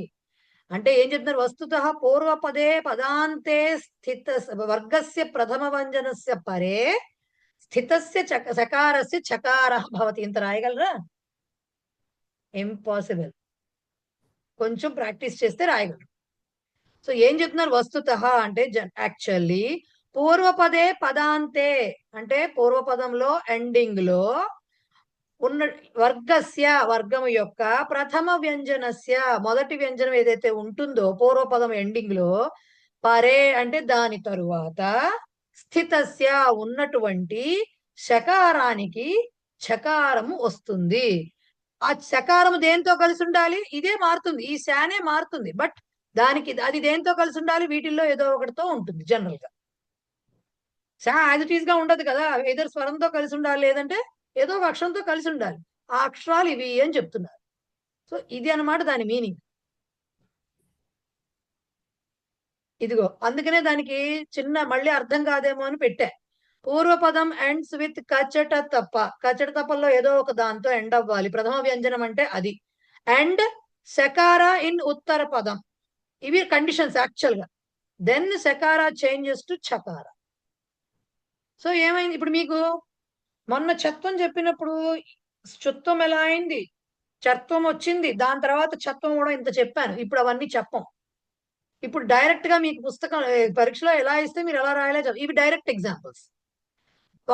వాక్శస్త్రము విక్షంకర అనేవి డైరెక్ట్ ఎగ్జాంపుల్స్, దానికి ఏమి లేదు, డైరెక్ట్ చత్వమే వచ్చింది. అలా కాదు, ఇదిగో మీకు ఇలా పదం ఇచ్చారనుకోండి, ఉచ్చు శ్వాస అని ఇచ్చారనుకోండి, ఉత్తు శ్వాస అనే విడదీయడం, బట్ చుత్వం అని రాయాలి అక్కడప్పుడు. మీకు అర్థమవుతుందా? ఇలా రెండు పదాలుగా ఇచ్చారనుకోండి, ఉత్తు ప్లస్ శ్వాస అని ఇచ్చారనుకోండి, వాళ్ళు ఎయిదర్ మీరు ఉచ్చు శ్వాస చుత్వం అని రాయొచ్చు, లేదు ఉచ్ఛ్వాస చుత్వం చత్వంచ అని రాయొచ్చు. ఎయిదర్ ఇక్కడతో ఆపేసేయచ్చు. ఇదే ఇస్తే అంటే విడదీసిన పదాలు ఇచ్చి కలిపి పదాలను కలిపి సంధి పేరు రాయమంటే ఇది ఇస్తారు వాళ్ళు, ఉత్తు ప్లస్ శ్వాస అనే ఇస్తారు. ఇచ్చినప్పుడు రెండిటికి అదే ఇస్తారు. మీరు చుత్వం తీసుకుందాం అనుకుంటే ఇలా రాయాలి పదాన్ని, ఉచ్చు శ్వాస అని చుత్వం ఇలా రాసి చుత్వం అని రాసి వదిలేయాలి. లేదండి నేను ఉచ్ఛ్వాస అనే రాస్తానంటే అప్పుడు ఈ రెండూ రాయాల్సిందే. అక్కడ చుత్వం జరగాలి, చత్వం జరిగితేనే ఈ మాట వస్తుంది అనమాట, లేకపోతే రాదు. అర్థమవుతుందా? అదే విడదీయమన్నప్పుడు క్లియర్ గా తెలుస్తుంది. వీళ్ళు ఇది ఇచ్చారనుకోండి ఓన్లీ చుత్వం రాస్తారు, ఎలా ఇచ్చినా విడదీయడం ఇది ఒకటే, ఇలాగే విడదీయాలి. మీకు ఉచ్ఛ్వాస ఇచ్చిన ఉచ్ఛ్వాస ఇచ్చిన రెండు విడదీయమని రాసి ఇచ్చినప్పుడు ఉత్తు ప్లస్ శ్వాస అనే విడదీయాలి. కాకపోతే ఈ పదం వాళ్ళు ఇస్తే మీరు చుత్వం అని రాసి ఆపేయాలి, ఈ పదం వాళ్ళు ఇస్తే ఈ రెండు రాయాలి. అర్థమవుతుందా? వస్తేనే ప్రాబ్లం మేడం, అంతే అంతే. అప్పుడు కూడా మీకు ఇప్పుడు మొన్నటి వరకు మీకు అర్థం అవడానికి రకరకాల స్టెప్స్ వేసా దాంట్లో. ఇప్పుడు నేను రకరకాల స్టెప్స్ వేయట్లేదు, రెండు ఆల్టర్నేటివ్స్ ఇస్తున్నాను, రెండు ఆప్షన్స్ ఇస్తున్నాను. ఉత్తు ప్లస్ శ్వాస అనేదే కలపాల్సిన పదం అయితే అదే, రెండు కేసుల్లోనూ అదే పదం, ఉత్తు శ్వాస అనే కలపాలి. మీరు కలపమని చెప్పినప్పుడు ఉచ్ఛ్వాస అని రాస్తాను నేనంటే చుత్వం అని రాసి ఆపేయండి. లేదు నేను ఉచ్ఛ్వాస అని రాస్తానంటే చుత్వం చత్వం రెండు అని రాయండి. ఇక్కడ ఉచ్ఛ్వాస రాసి చుత్వం లేకుండా చత్వం ఒకటి రాస్తే హాఫ్ మార్కే పడుతుంది. ఇక్కడ రెండు రాయాలి. కాదు వాళ్ళు విడదీసి ఇవ్వలేదు, కలిపిచ్చారు, కలిపిచ్చినప్పుడు గొడవే లేదు, విడదీయడం ఇంతే, పదం ఇదే పద్ధతి. అప్పుడు కూడా పేరు రాయడం ఇట్లా చూసుకుని రాయాలి. వాళ్ళు ఉచ్ఛ్వాస ఇస్తే చుత్వం చత్వం రాయాలి, ఇది విడదీయడం ఇలాగే విడదీస్తారు, కానీ ఇలా రాయాలి సంధి పేరు. అది మీ చేతుల్లో అక్కడ ఇచ్చిన దాన్ని బట్టి ఉంటుంది. రైట్, సేమ్ విత్ చెప్పండి. చెప్తానండి, ఏం లేదండి. ఉత్తు ప్లస్ అర్థమైంది, విడదీసిస్తే కనుక ఒక్క సందే రాయొచ్చు అంటున్నారు, కలిపి ఇచ్చింది విడదీయమంటే రెండు కాదండి, మీరు ఎయిదర్ రెండు రకాలుగా కూడా ఎట్లా రాయాల్సి వస్తుందంటే ఉత్ ప్లస్ శ్వాస అని విడదీసి వాళ్ళు ఇచ్చారనుకోండి, అప్పుడు మీరు ఏం చేయాలి అంటే ఎయిదర్ మీరు ఈ పదంగా ఎంచుకోవచ్చు, ఉచ్ఛ్వాస అని ఎంచుకుంటే మీరు ఇలా రాద్దామని డిసైడ్ అయితే రాయొచ్చు, రాసి శ్చుత్వం అని అదొక్కటే రాయాలి. లేదండి నేను ఇలా రాస్తాను కలిపి ఉచ్ఛ్వాస అంటే శ్చుత్వం ఛత్వం రెండూ రాయాలి. ఓకేనా? ఇది వాళ్ళు విడదీసి మిమ్మల్ని కలపమంటే మీ దగ్గర ఉన్న చాయిస్. ఓకేనా? మేడం కలిపి ఇచ్చి ఒత్తుచ్చ ఇస్తే గనక తప్పకుండా స్తుత్వం ఛత్వం వస్తాయి, అంతే కదండి? అంతే అంతే కలిపి ఇచ్చినప్పుడు ఒత్తుచ్చ ఇస్తే రెండు రాయాలి. అదే సూర్యకుమార్ గారు, ఆవిడ నన్ను చెప్పనివ్వండి, ఒక్క నిమిషం ఆగండి, మధ్యలో మాట్లాడితే మళ్ళీ ఆవిడ లైన్ మిస్ అవ్వచ్చు. సో ఇప్పుడు అర్థమైంది కదండి. ఇది వాళ్ళు విడదీసి మీరు మిమ్మల్ని కలపమన్నారు. లేదు వాళ్ళు కలిపిన పదం ఇచ్చి మిమ్మల్ని విడగొట్టమన్నారు అనుకోండి, విడగొట్టే పద్ధతి ఇదే రెండిటికి కూడా. కానీ ఇచ్చిన పదాన్ని బట్టి అక్కడ సంధి ఎలా రాయాలో, మీరు సంధి పేరు ఏం రాయాలో డిసైడ్ చేసుకోవాలి. తెలిసిందండి. అర్థమైంది కదా? సేమ్ విత్ మృచ్ఛకటికం, సేమ్ కూడా మృచ్ఛకటికం కూడా అంతే. విడదీయడం ఇంతే, రెండు పదాలుగా ఉన్నప్పుడు ఇలాగే ఉంటుంది. మృత్ శకటికం, మట్టి బండి, అంతే అది.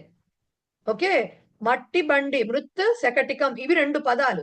ఈ రెండింటిని కలపమన్నప్పుడు మృచ్ఛ శకటికం అని శ్చుత్వం ప్రకారం రాస్తే ఇలా రాయాలి. లేదు మృచ్ఛకటికం అని రాస్తాను నేను అంటే శ్చుత్వం ఛత్వం రెండూ ఉన్నాయి అని రాయాలి. అర్థమవుతుందా అండి? చాలా బాగా అర్థమైంది మహోదయ. అంటే మీరు ఇందాక ఒక బండ గుర్తు చెప్పారు కదా, తా వచ్చినప్పుడే ఈ సమస్య వస్తుంది. అంతే అంతే, తకారం వచ్చినప్పుడే ఈ సమస్య వస్తుంది తప్పించి జనరల్ గా స్ట్రైట్ చట్టం లేకపోతే ఇదిగో, లేకపోతే దకారం వచ్చినప్పుడు ఇంకో సంధి కూడా కలుస్తుంది. ఇదిగో ఎగ్జాంపుల్, మిమ్మల్ని తద్ ప్లస్ శివ అని ఇస్తారు. దీనికి కాకపోతే రెండు రకాల ఆప్షన్స్ లేవు, వీటిలాగా రెండు రకాల ఆప్షన్స్ ఉండవు వీటికి. దీనికి ఒకటే ఆప్షన్ ఉంటుంది, తద్ ప్లస్ శివ తచ్చివ మాత్రమే అవుతుంది.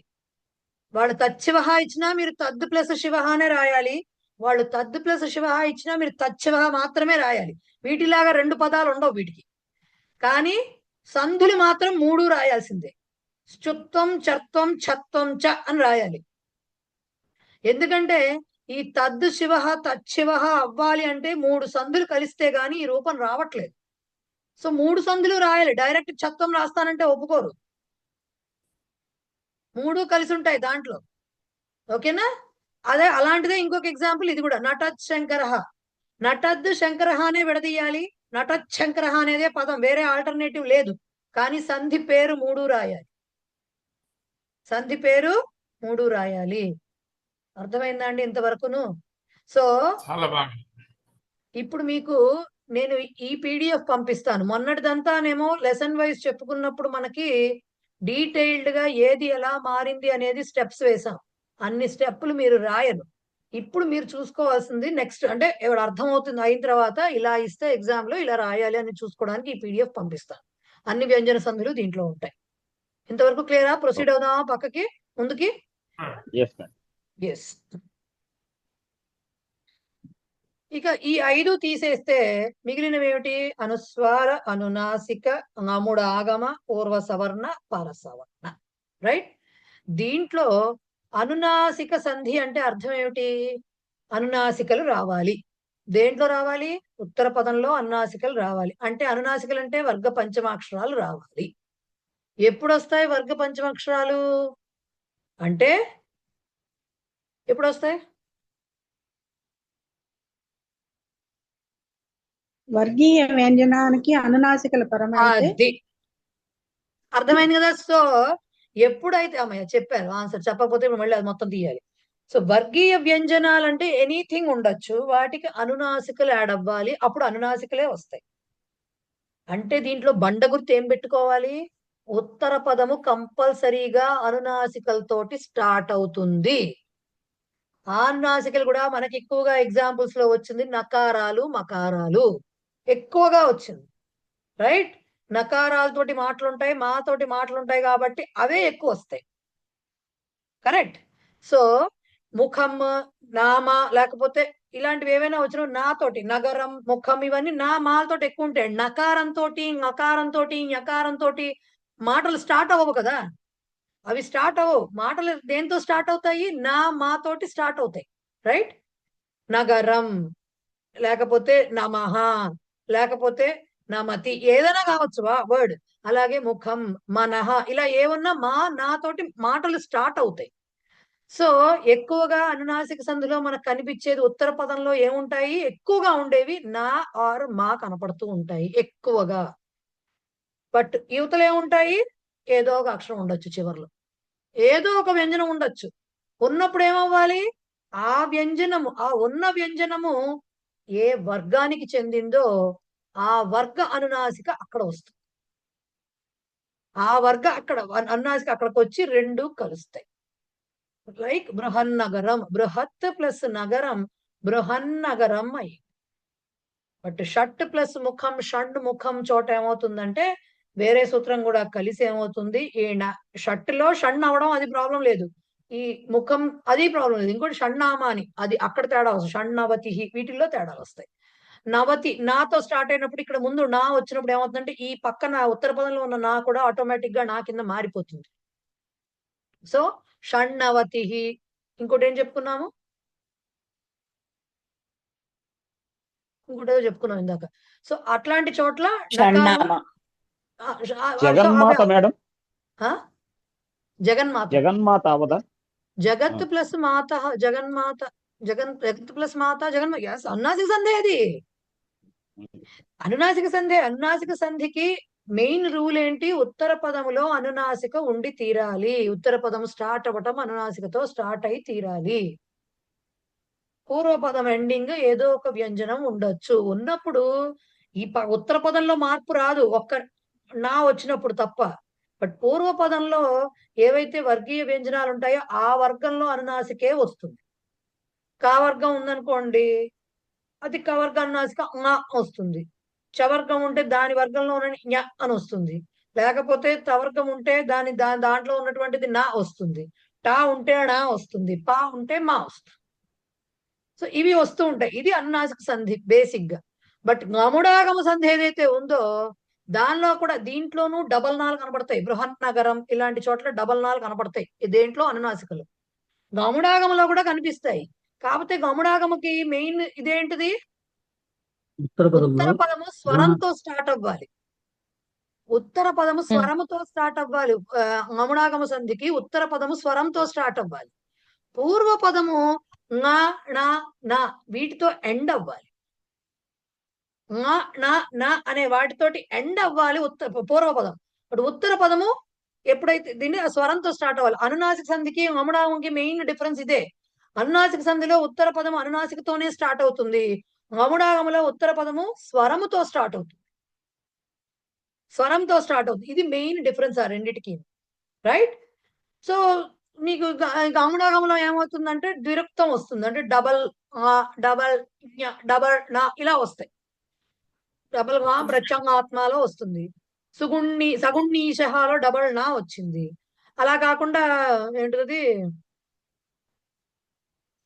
ఇంకోటి ఏదో ఉంది కదా ఎగ్జాంపుల్, మర్చిపోయాను నేను. ఎగ్జాంపుల్స్ మర్చిపోతూ ఉంటాను.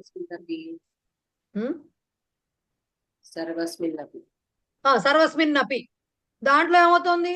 డబల్ నా వస్తుంది. ద్విరుక్తం కనబడుతుంది దీంట్లో. ద్విరుక్తం దేంట్లో కనబడుతుంది? మన గముడాగమంలో ద్విరుక్తం కనబడుతుంది. అనునాసికలో కూడా కనబడుతుంది. నకారం వచ్చినప్పుడు కనబడుతుంది. నకారం వచ్చినప్పుడు కనబడుతుంది.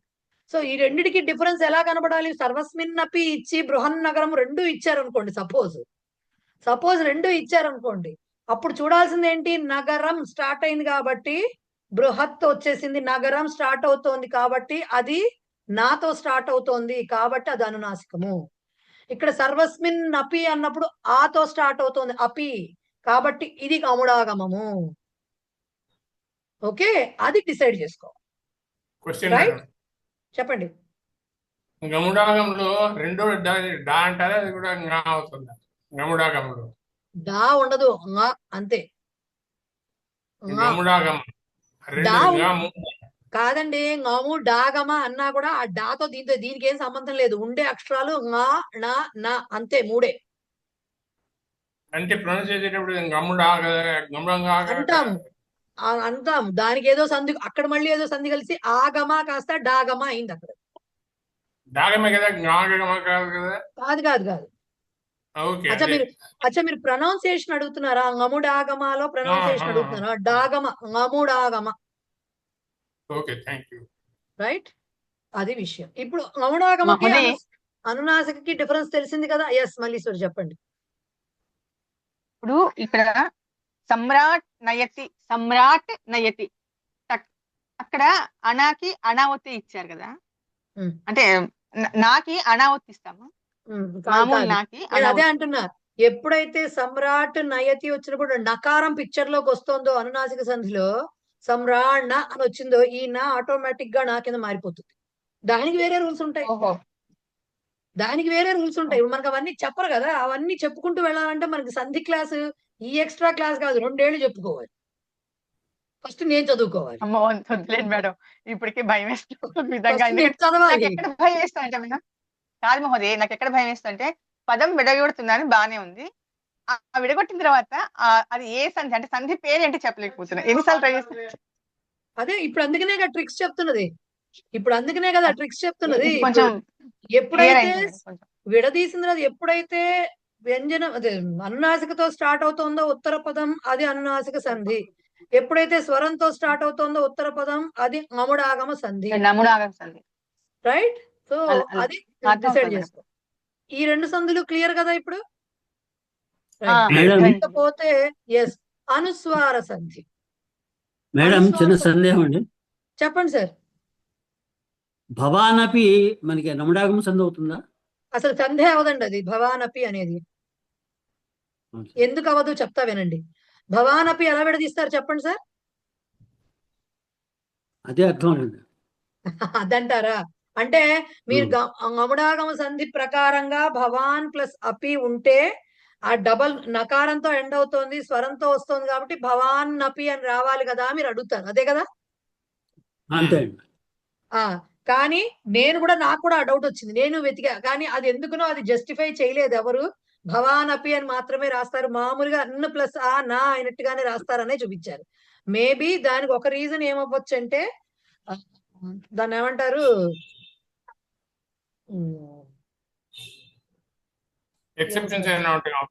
ఎక్సెప్షన్. అదే దానికి చెప్దాం అనుకుంటా. దానికి ఒక రీజన్ ఏమవ్వచ్చు అంటే ఇప్పుడే వచ్చిందండి దానికి ఆన్సర్ మర్చిపోతాను. గబుక్కన వెళ్ళిపోయింది, ఎటో వెళ్ళిపోయింది. ఒక నిమిషం చెప్తాను సార్. మీరు ఎప్పుడు చెప్తుంటారు, ఇప్పుడు హలంతము ప్లస్ ఆ స్వరం కలిస్తే అది పూర్తిగా రాస్తాం. ప్లస్ ఆ నా అదే రూల్ అని ఇక్కడ చెప్పినట్టున్నారు కదా ఇంత ముందు. ఎప్పుడు కాదు ఇప్పుడు ఇది కరెక్ట్ సార్. నేను అక్కడ ఎందుకు రాదంటే శర్మ గారు నేను చెప్పనా, భవాన్ అదే చెప్తున్నాగా ఉన్నట్టుండి బ్రెయిన్ ఎటో వెళితే దాని ఆన్సర్ మర్చిపోతాను. భవాన్ ప్లస్ అపిలో భవాన్ నపి రాకుండా భవాన్ అపి మాత్రమే ఎందుకంటే డబల్ నా ఎందుకు రాదంటే ngముడాగమ సంధి సూత్రం ప్రకారంగా పూర్వపదము నకారమో నకారంతోనో ఎండ్ అవ్వాలి, కరెక్ట్. కానీ దానికి ముందర హ్రస్వాక్షరం ఉండాలి, హ్రస్వస్వరం ఉండాలి. భవాన్ లో వా ఉంది, అది చెప్తున్నాగా. నాకు ఎక్కడో తగులుతోంది, టక్కన మిస్ అయిపోతాయి. నా ముందర వా ఉంది కాబట్టి మీరు దానికి డబల్ రాదు. అలా కాకుండా భవన్ అని వచ్చింది అనుకోండి, సపోజ్ ఎగ్జాంపుల్ ఉందో లేదో తెలియదు మనకు అలాంటి పదం చెప్తున్నా. భవన్ అని వచ్చింది అనుకోండి, అప్పుడు భవన్ నపి అని వస్తుంది. ఎందుకు? నకారం ముందర హ్రస్వస్వరం ఉంది కాబట్టి. మనకి ఇచ్చిన ఎగ్జాంపుల్స్ కూడా అట్లాగే అభవన్ ఇది కాదు, శర్మన్ ఇతహ అన్నారు, మనకి ఇచ్చారు అక్కడ శర్మన్ ఇతహ అన్నారు. అక్కడ మీకు శర్మన్ ఇతహ అని డబుల్ రాస్తున్నారు. ఎందుకు? ఆ శర్మన్ లో నకారం ముందర హ్రస్వస్వరం ఉంది. రైట్. సో అక్కడ భవాన్ లో అది లేదు కాబట్టి మనము డబల్ నా రాయలేము. అది ఉత్తిగా జస్ట్ వ్యంజనాక్షరము ప్లస్ స్వరము కలిపి ప్లస్ ఆ నా అయింది, అంతవరకే. అది ఇక్కడ ఇచ్చారు కదా మేడం, శ్రీ ప్లస్ అంబరీష వస్తుంది. శ్రీమన్ ప్లస్ అంబరీష, అంబరీష సరిపోయింది. శ్రీమాన్ కాదు కదా అక్కడ. అది కరెక్ట్, మీరు అన్నది కరెక్ట్. శ్రీమాన్ కాదు, శ్రీమన్ ప్లస్ అంబరీష ఇచ్చారు కాబట్టి శ్రీమన్ అంబరీష ఇచ్చారండి. అదే చూస్తా ఎక్కడ ఇచ్చారు చూస్తే. Right sir. ధన్యవాదాలండి. సో ఇది గముడాగమం అయింది. ఇకపోతే మనకు అనుస్వారం, దానికి ఒకసారి ఎగ్జాంపుల్స్ గముడాగం కూడా చూసేసాం అనుకోండి, బాగా తీరిపోతుంది, ఓసారి రివైజ్ అయిపోతాయి.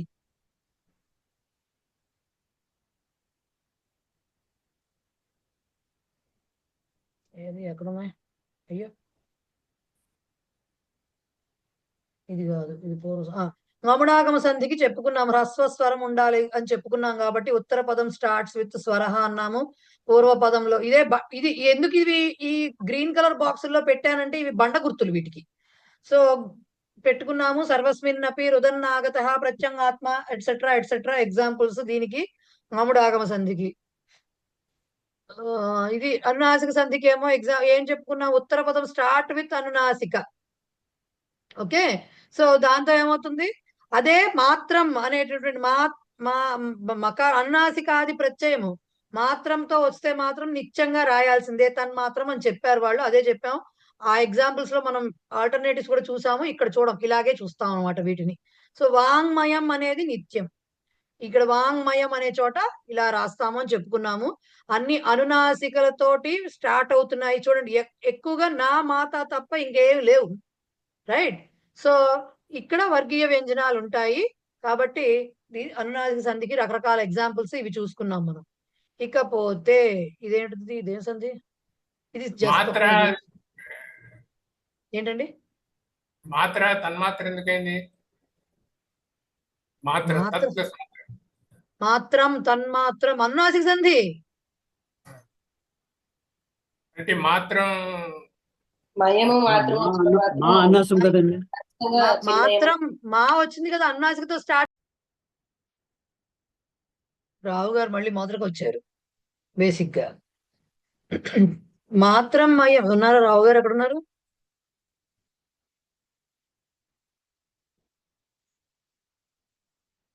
సార్ ఉన్నారా? సో మాత్రం మయం అనేవి వచ్చినప్పుడు అంటే మిగతా వచ్చినప్పుడు సంధి వైకల్పికం అని చెప్పారు, ఇవి నిత్యం అని చెప్పారు. కానీ అవన్నీ వదిలేసిన మాతో స్టార్ట్ అయింది కదా, అనునాసికతో స్టార్ట్ అయింది కాబట్టి అది అనునాసిక సంధి. అనునాసిక సంధి కాబట్టి ఏమైంది, అనునాసిక సంధి అవడం వల్ల తత్తులో తకారం ఉంది కాబట్టి చివర ఆ తకారము ఆ వర్గ అనునాసిక అయినటువంటి నకారం కింద మారింది. సో తన్మాత్రం అని వచ్చింది. రైట్. ఎస్. సో ఇప్పుడు మనం ఏం చెప్పుకుంటున్నాం, అవునమ్మా కరెక్టే. మాత్రం ఇప్పుడు మీకు ఆల్టర్నేటివ్స్ కూడా ఏమున్నాయో పదాలు చెప్పి వాటిని రాయమన్నప్పుడు ఈ సమస్య వస్తుంది. అసలు ఆల్టర్నేటివే చెప్పకుండా ఇవే రాయాలి అని మీకు పుస్తకంలో ఉన్నప్పుడు దాంతో ఏదున్నా ఒకటే, అక్కడ మాత్రం ప్రత్యయం అవనండి అవకపోనివ్వండి. మీకు నేను లాస్ట్ టైం షేర్ చేసిన పీపీటీలో ఆల్టర్నేటివ్ గా అంటే ఏం రాయొచ్చో కూడా చెప్పా, అవకాశం ఉంటే. ఎందుకంటే ఒక స్టూడెంట్ నన్ను అడిగారు, వీటికి ఆల్టర్నేట్ వైకల్పికం అన్నారు కదా, ఒకవేళ అలా రాయాల్సి వస్తే ఎలా రాయాలి అని అడిగారు. అందుకే నేను అవి యాడ్ చేశాను. బట్ యాక్చువల్ గా పుస్తకంలో అవి లేవు కదా. పుస్తకంలో డైరెక్ట్ గా అనునాసికలతో వచ్చినవి మాత్రమే ఉన్నాయి. దాంతో సంబంధం లేదు కదా. అప్పుడు మాత్రం ఉండని మయం ఉండని సంబంధమే లేదు దానికి. రైట్. కాదు ఎందుకు చెప్పారు, పొరపాటున ఏ 1 మార్క్ క్వశ్చన్ ఇచ్చేసారు అనుకోండి, అనునాసిక సంధి ఎప్పుడు నిత్యము అన్న టైప్ లో కదా అనునాసిక సంధి నిత్య భవతి అని అడిగారు అనుకోండి, ఏం రాస్తారు? అప్పుడు మాత్రం మయం అప్పుడు అలా కూడా రాయకూడదు. అనునాసికాది ప్రత్యయాలు వచ్చినప్పుడు నిత్యం అవుతుందని రాయాలి. ఎగ్జాంపుల్ అప్పుడు ఇది ఇవ్వాలి. అనునాసికాది ప్రత్యయాలు అన్నారు కానీ మాత్ర మయ అని చెప్పాల వాళ్ళేమి. రైట్. సో అందుకని చెప్పడం ఆ పాయింట్స్, అంతకుమించి ఏం లేదు. ఫైన్. ఇప్పుడు మనము నెక్స్ట్ సంధి ఏంటో చూద్దాం.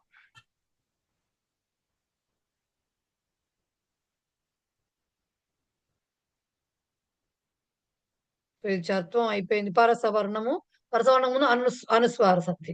అనుస్వార సంధికి ఏమీ లేదు కదా, మనం చేసిన లేఖన నియమాలే అనుస్వార సంధి. రైట్. అనుస్వార సంధిలో ఏమవుతుంది, పక్కన గనక మనకి వ్యంజనాక్షరంతో స్టార్ట్ అవుతున్నప్పుడు ఇక్కడ స్వరాక్షరంతో మాట్లాడరు, అసలు కేవలం వ్యంజనాక్షరంతో స్టార్ట్ అవడం మాత్రమే మాట్లాడతారు. ఉత్తర పదము వ్యంజనాక్షరంతో స్టార్ట్ అవుతూ పూర్వపద అంతంలో మకారం ఉంటే అప్పుడు అది అనుస్వారం కింద మారుతుంది. ఇది అనుస్వార సంధి, దాంట్లో గొడవ లేదు అసలు. రైట్. అనుస్వార సంధి అంటే లేఖన నియమం అని గుర్తుపెట్టుకోండి. మకారంతో ఎండ్ అవుతుంది, వ్యంజనంతో స్టార్ట్ అవుతుంది. సో అప్పుడు పూర్వపదానికి అనుస్వారం పెడతారు. అనుస్వార సంధికి అంతకుమించి వేరే ఏం లేదు మనకి. కాకపోతే పరసవర్ణ సంధికి ఉంటాయి. పరసవర్ణ సంధిలో కూడా అనుస్వారం ప్రసక్తి వస్తుంది. పరసవర్ణ సంధి 2 రకాలుగా ఉంటుంది.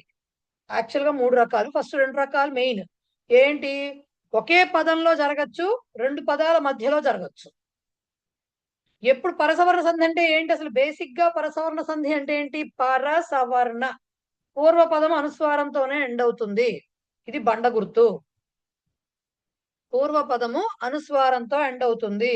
ఉత్తర పదము ఏవైతే దేంతో స్టార్ట్ అవుతుందో ఆ వర్గ అనునాసిక వస్తుంది. దీంట్లో కూడా అనుస్వారము అనునాసిక అనేవి మెయిన్ పార్ట్. కాకపోతే పూర్వపదము అనుస్వారంతో ఎండ్ అవుతుంది, ఉత్తర పదము ఏదో ఒక వ్యంజనంతో స్టార్ట్ అవుతుంది. ఆ వ్యంజనం ఏ వర్గాల్లో చెందుతుందో దాని అనునాసిక వస్తుంది అనేది చెప్తున్నారు. దానికి ఎగ్జాంపుల్ కూడా చెప్పాం మనం. ఒకటే పదంలో ఇవి ఒకటే పదంలో వచ్చినప్పుడు కంపల్సరీ ఇది రాయాల్సిందే. అంకహ అనేది ఇలా ఇది ఎవరికో చాలా మంది డౌట్ వచ్చింది. ఆనందహ, మండనం, కంపహ, అంకహ ఇలా ఉన్న చోట ఇలా అనుస్వారం పెట్టి రాసేయకూడదా అండి? అంకహ అని రాయకూడదు. అంకహ అని ఇలాగే రాయాలి, కంపహ అని ఇలాగే రాయాలి. సంస్కృతంలో అయితే, హిందీలో రాయొచ్చు అలా, సంస్కృతంలో రాయకూడదు. మండనం, ఆనందహ ఇలాగే రాయాలి. ఇది ఒకటే పదంలో ఏకస్మిన్ పదే విత్ ఇన్ ద వర్డ్. ఎవరో గీసేస్తున్నారు, విజయ్ కుమార్ గారు గీతలు పడిపోతున్నాయి. So with in the word, ఒక సింగిల్ వర్డ్ లో వచ్చినవి అనమాట ఇవి అనుస్వార సంధి. అలా కాకుండా 2 పదాల మధ్యలో గనక, అంటే ఒక పదం అనుస్వారంతో ఎండ్ అవుతూ పక్కన వేరే పదం కూడా వస్తూ ఉంటే ఇది వికల్పం సంధి. ఇలా కూడా రాయొచ్చు, ఇలా కూడా రాయొచ్చు.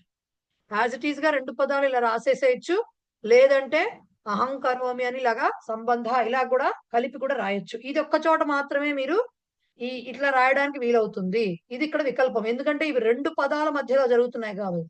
ఒకటే పదంలో అయితే వికల్పం లేదు, కలిపే రాయాలి కంపల్సరీగా.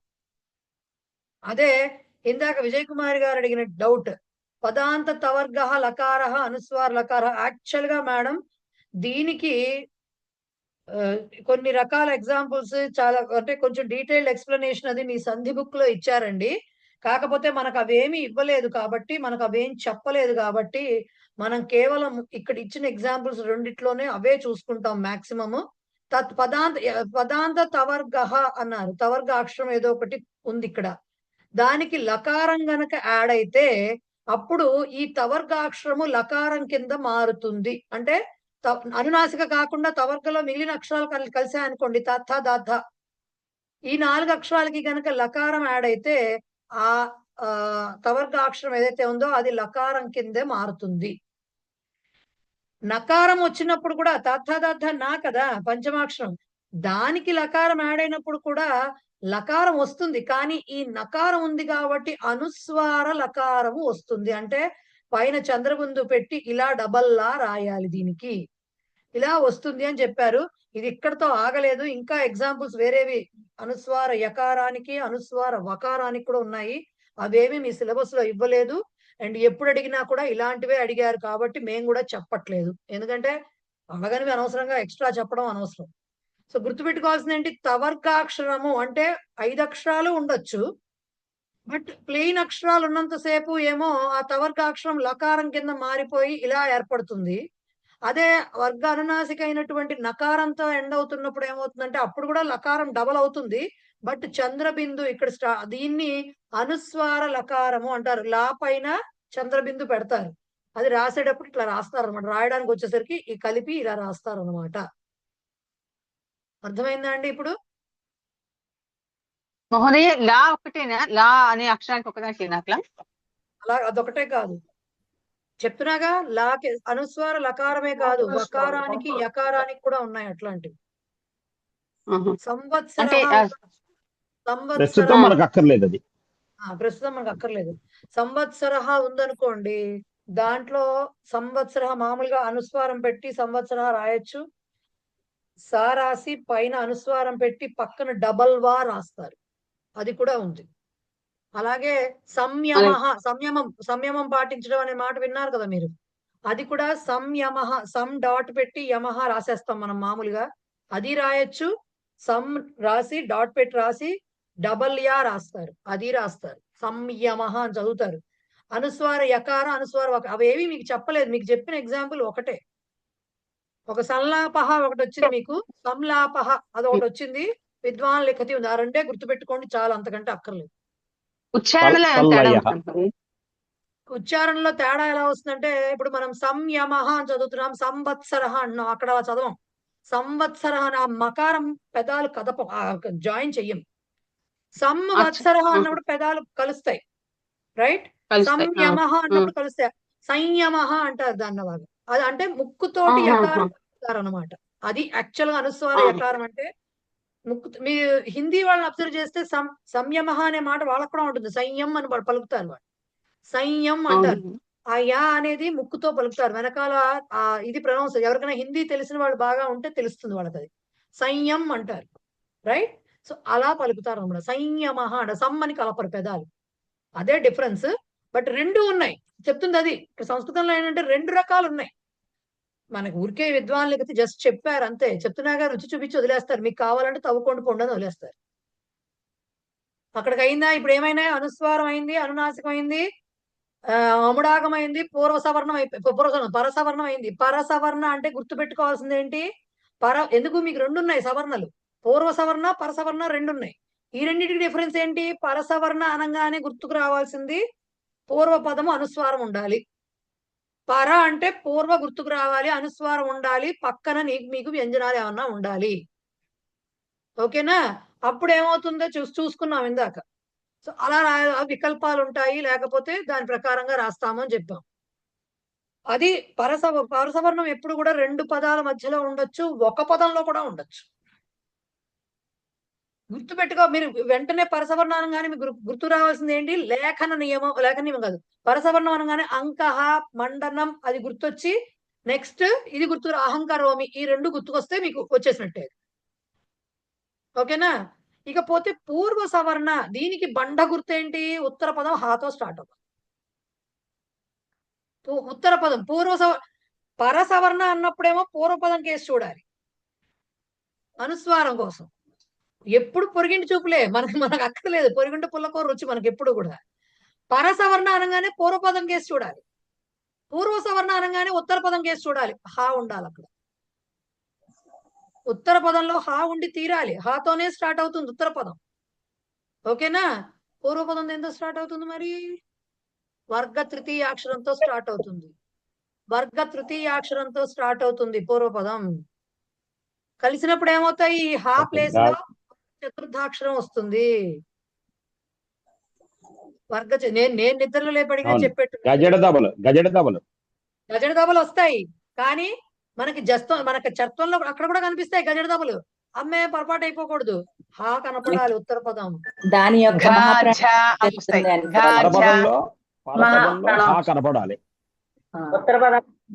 ఉత్తర పదంలో హా కనపడాలి, కంపల్సరీగా ఉత్తర పదంలో హా కనపడాలి.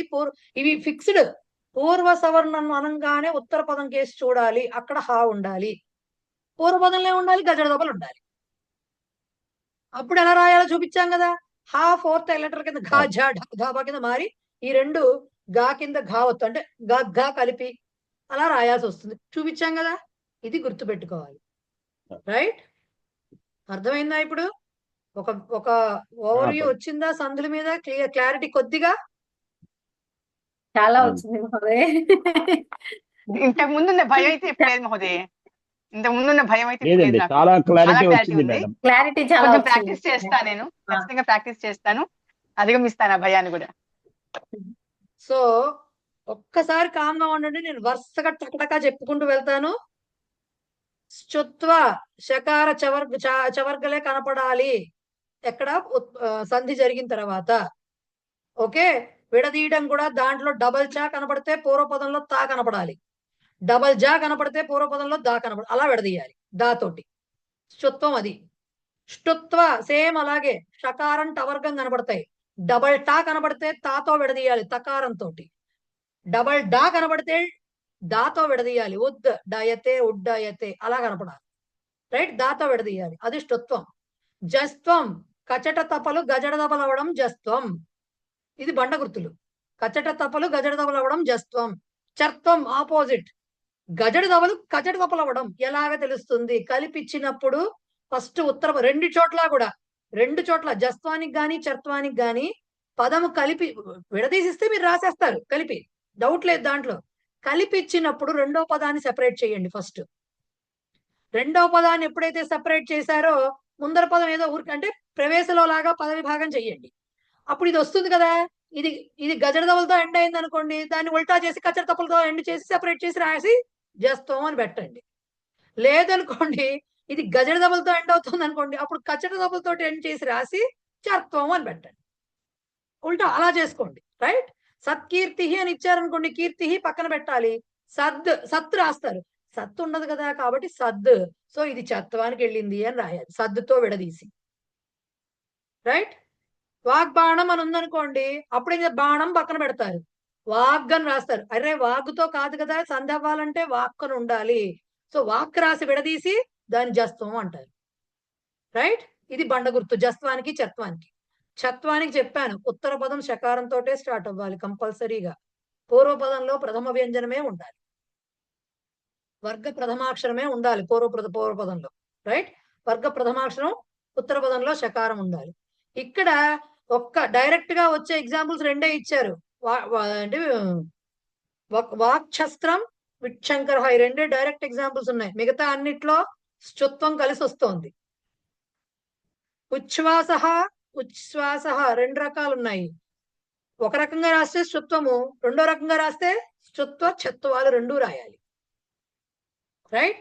బట్ మనకి నటశంకర కానీ ఇవి రెండు ఎగ్జాంపుల్, ఇంకొక ఎగ్జాంపుల్ కూడా చెప్పుకున్నాం.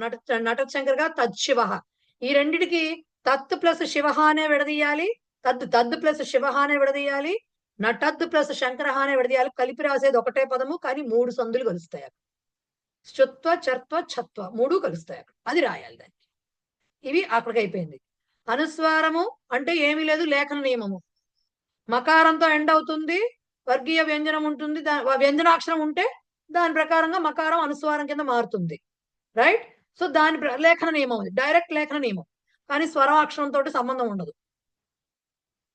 అనునాసిక గముడాగమం కిందకే చెప్పుకున్నాం. ఉత్తర పదం అనునాసికతో స్టార్ట్ అయితే అది అనునాసిక సంధి, ఉత్తర పదం స్వరంతో స్టార్ట్ అయితే అది గముడాగమ సంధి. ఓకేనా. ఇది బండ గుర్తు వాటి రెండింటికి తేడాకి. ఇవి రెండు పోతే పూర్వ సవర్ణ పరసవర్ణ. పూర్వం అనగానే ఉత్తర పదం చూడాలి, హా ఉండాలి. పరం అనగానే పరసవర్ణ అనగానే పూర్వపదం చూడాలి, అనుస్వారం ఉండాలి. ఇవి మీకు సందుల ఓవర్ వ్యూ. ఇప్పుడు దీని ప్రకారంగా ఇవాళ నేను పంపించే పీడిఎఫ్ పెట్టుకుని ఒక్కసారి కనుక మీరు చూసుకుంటే ఇంకా మీకు అర్థమవుతుంది. రైట్. ఎస్, అది మీరు చూసుకుని వస్తే నెక్స్ట్ క్లాస్ లో ఈ 5th లెసన్ లో ఇచ్చినటువంటి మిక్స్డ్ ఎక్సర్సైజ్ ఏదైతే ఉందో అది చేసుకుందాం. ఎంతైన టైం? ఇంకా టైం ఉంది. చేద్దాం. ఇప్పుడు చేస్తే ఇప్పుడు అర్థం కాదండి. కొన్ని ట్రై చేస్తా ఉంటే చేసి చెప్పేస్తాను, అదేం పోయింది. మేడం టైం ఇవ్వండి.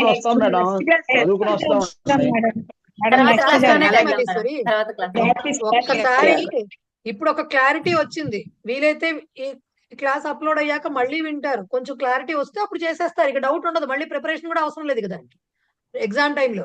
జస్ట్ అలా చూసుకుని వెళ్ళిపోతే రైట్.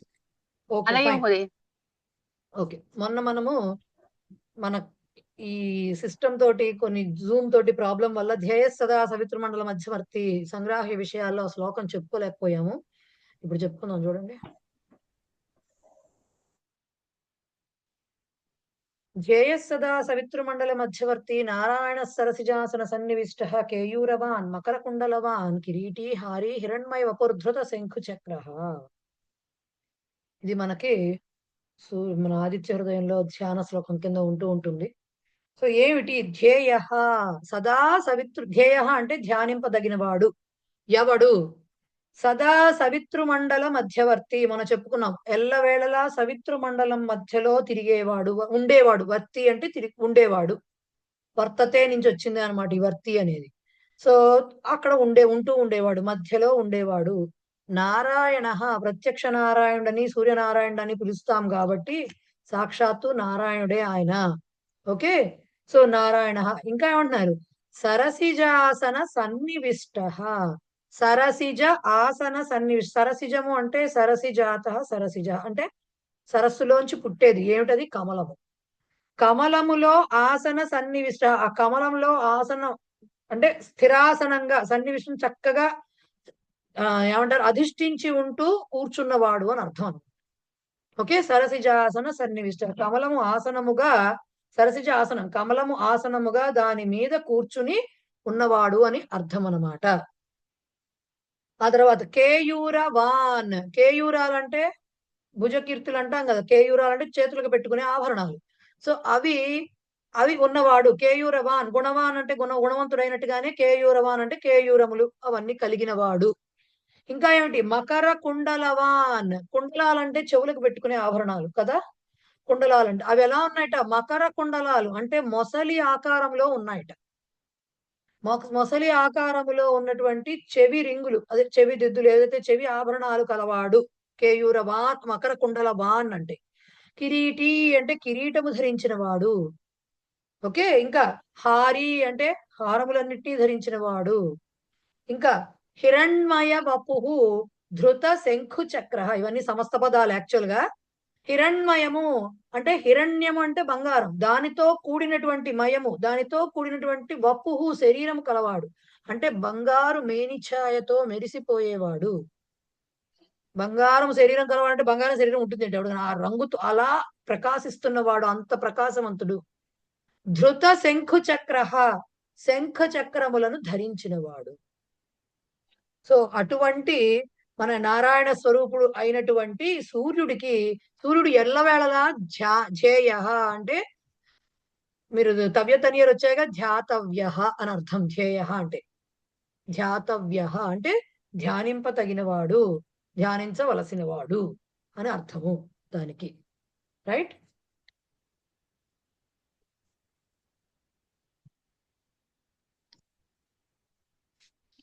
ఆరవ పాఠంలో సూక్తి చెప్పుకోలేదు కదా. ఆరో పాఠంలో మనం శత్రు ప్రత్యయం చెప్పుకుని వెళ్ళిపోయాం కానీ సూక్తి చెప్పుకోలేదు. చూడండి. తాం యోగమితి మన్యంతే స్థిరాం ఇంద్రియ ధారణాం.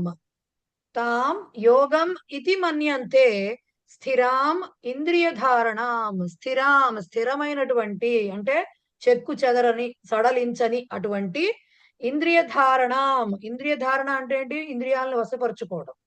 రైట్. ఇంద్రియ నిగ్రహం కలిగి ఉండడం. దానినే తాం అటువంటి తాం స్థిరాం ఇంద్రియ ధారణం అటువంటి స్థిరమైనటువంటి అంటే పట్టు సడలనటువంటి ఇంద్రియ ధారణను కలిగి ఉండడమే, ఇంద్రియ నిగ్రహాన్ని కలిగి ఉండడమే యోగము అని మన్యంతే అనుకుంటున్నారు అని భావిస్తారు అని అర్థం అన్నమాట.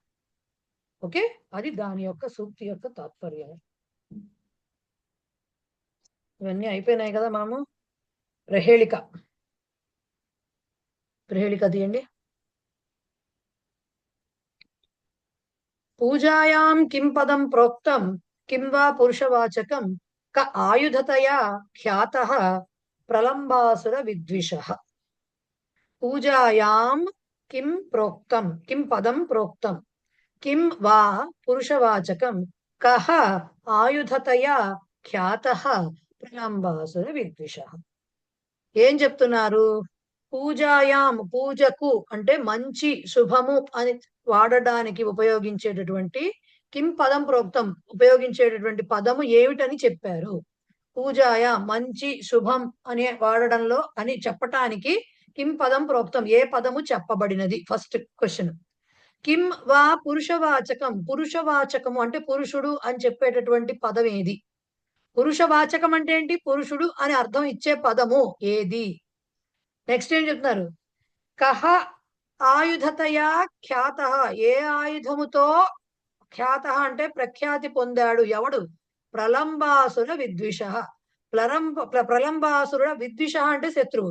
ప్రలంబాసురునికి శత్రువు అయినటువంటి వాడు, అతనిని చంపిన వాడు ఏ ఆయుధముతో ఖ్యాతి గడించాడు? కహ ఆయుధత ఖ్యాత, ఏ ఆయుధం అంటే ఆయుధంతో ఖ్యాతి గడించినటువంటి, ఆయుధంతో అంటే ఆయుధం పేరుగా ఖ్యాతి గడించాడట.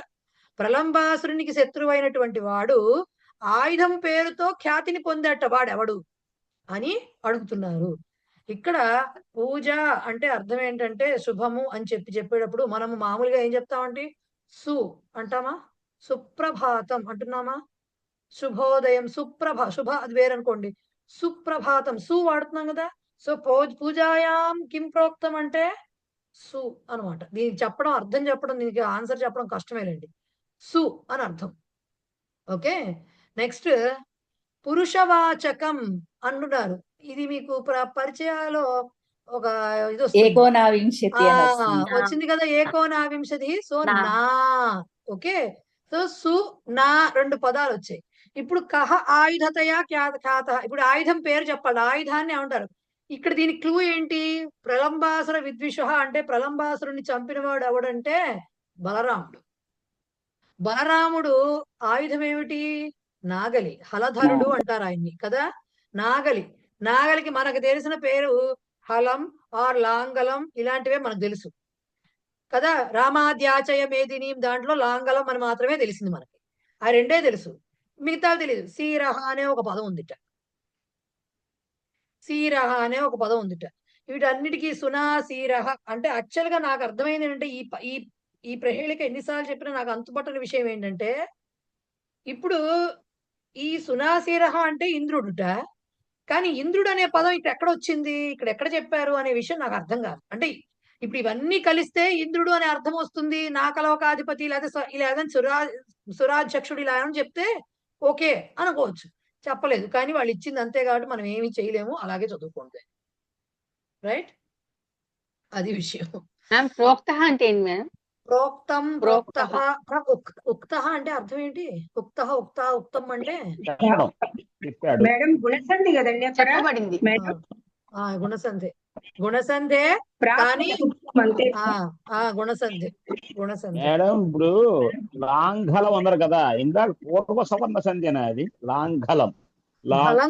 వచ్చింది కదా, కాదు అది గలం కాదు, అది లాంగలం. లవంగం కాదు కానీ లాంగలం. లాంగ్ హలం కాదా? అది కాదండి, అది ఘా కాదు, ఒత్తు ఘా కాదు, లాంగలం మామూలుగా, అది మామూలుగా. ఓకే, అది రైట్. సో అదైంది. సుభాషితాలు అంటే చెప్పబడింది మేడం, అంటే చెప్పబడింది. ప్రోక్తం అన్నా కూడా అదే విషయం అంతే. కదర్ధితస్యాపి హి ధైర్యవృత్తేః న శక్యతే ధైర్యగుణః ప్రమార్ష్ట్రుం. కదర్ధితస్యాపి హి ధైర్యవృత్తేః న శక్యతే ధైర్యగుణః ప్రమార్ష్ట్రుం అధోముఖస్యాపి కృతస్య వహ్నేః నాథః శిఖా యాంతి కదాచిదేవ. ఏం చెప్తున్నారు? కదర్ధితస్య అపి హి ధైర్యవృత్తేః న శక్యతే ధైర్యగుణః ప్రమార్ష్ట్రుం అధోముఖస్య అపి కృతస్య వహ్నేః న అధః శిఖాః యాంతి కదాచిత్ ఏవ. ఏం చెప్తున్నారు?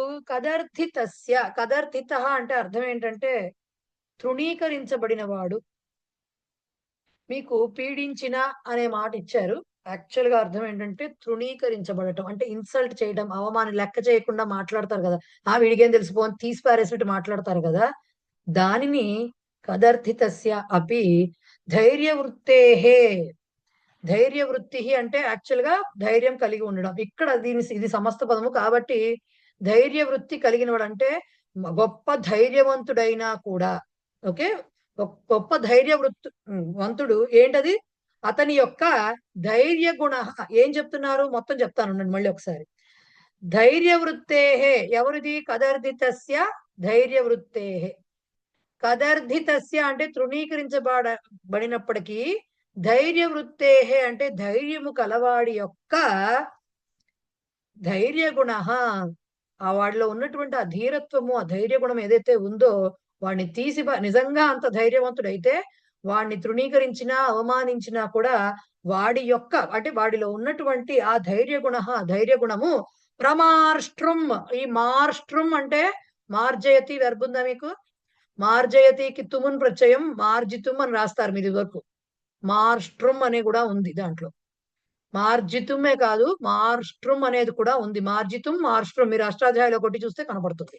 దానికి ప్రమార్స్ట్రుమ్ అంటే పూర్తిగా నాశనం చేయడానికి కుదరదుట. నా శక్యతే, కుదరదుట. అంటే నిజంగా ధైర్యవంతుడైన వాడిని నువ్వు ఎంత తీసినట్టు మాట్లాడించినా, ఎంత అవమానించినా, ఎంత పీడించినా కూడా వాడిలో ఉన్నటువంటి ధైర్య గుణాన్ని అంటే సమూలంగా నాశనం చేయడానికి కుదరదు. నా శక్యతే. ఎలా కుదరదుట? ఎందుకంటే వాడి స్వభావం అది. వాడి స్వభావాన్ని సమూలంగా మనం నాశనం చేయలేము. మనం ఎంత చేసినా సరే, వాడిని ఎంత గిల్లి గిల్లి గిల్లి ఎంత చేసినా సరే చెయ్యలేము. దానికి ఎగ్జాంపుల్ ఏం చెప్తున్నారు? అధోముఖ స్వహ్నే, అగ్ని యొక్క అధోముఖస్య కృతస్య అపి, అధోముఖస్య కృతస్య అపి. మీరు మంటను వెలిగించిన తర్వాత ఎగ్జాంపుల్ మనం అగరపుల్లే వెలిగిస్తాము, కిందకి ఇలా పట్టుకున్నారు అనుకోండి, మీదకి వస్తుంది మంట, రైట్? అది మనం పెట్టడం వెలిగించి కిందకే పెట్టాం, మనం దాన్ని అధోముఖం చేశాం. అధోముఖస్య, కానీ మంట అంటించినప్పుడు ఏమవుతుంది? అది వెలిగి దాని జ్వాలలు వహ్నే శిఖాహ, అధోముఖస్య కృతస్య అపి వహ్నే శిఖాహ. అగ్ని యొక్క జ్వాలలు ఏవైతే ఉన్నాయో అవి నా అధః కిందకి వెళ్ళవు, నా అధః యాంతి కదాచిత్, ఎప్పుడూ కూడా కిందకి వెళ్ళవు. అవి పైకే వస్తాయి గాని కిందకి వెళ్ళవు. అట్లాగే నువ్వు ఎంత కిందకి పెడదామని చూడండి అగరబత్తి, అది వెలిగించి మంటని, దాని జ్వాలలన్నీ పైకి వస్తాయి.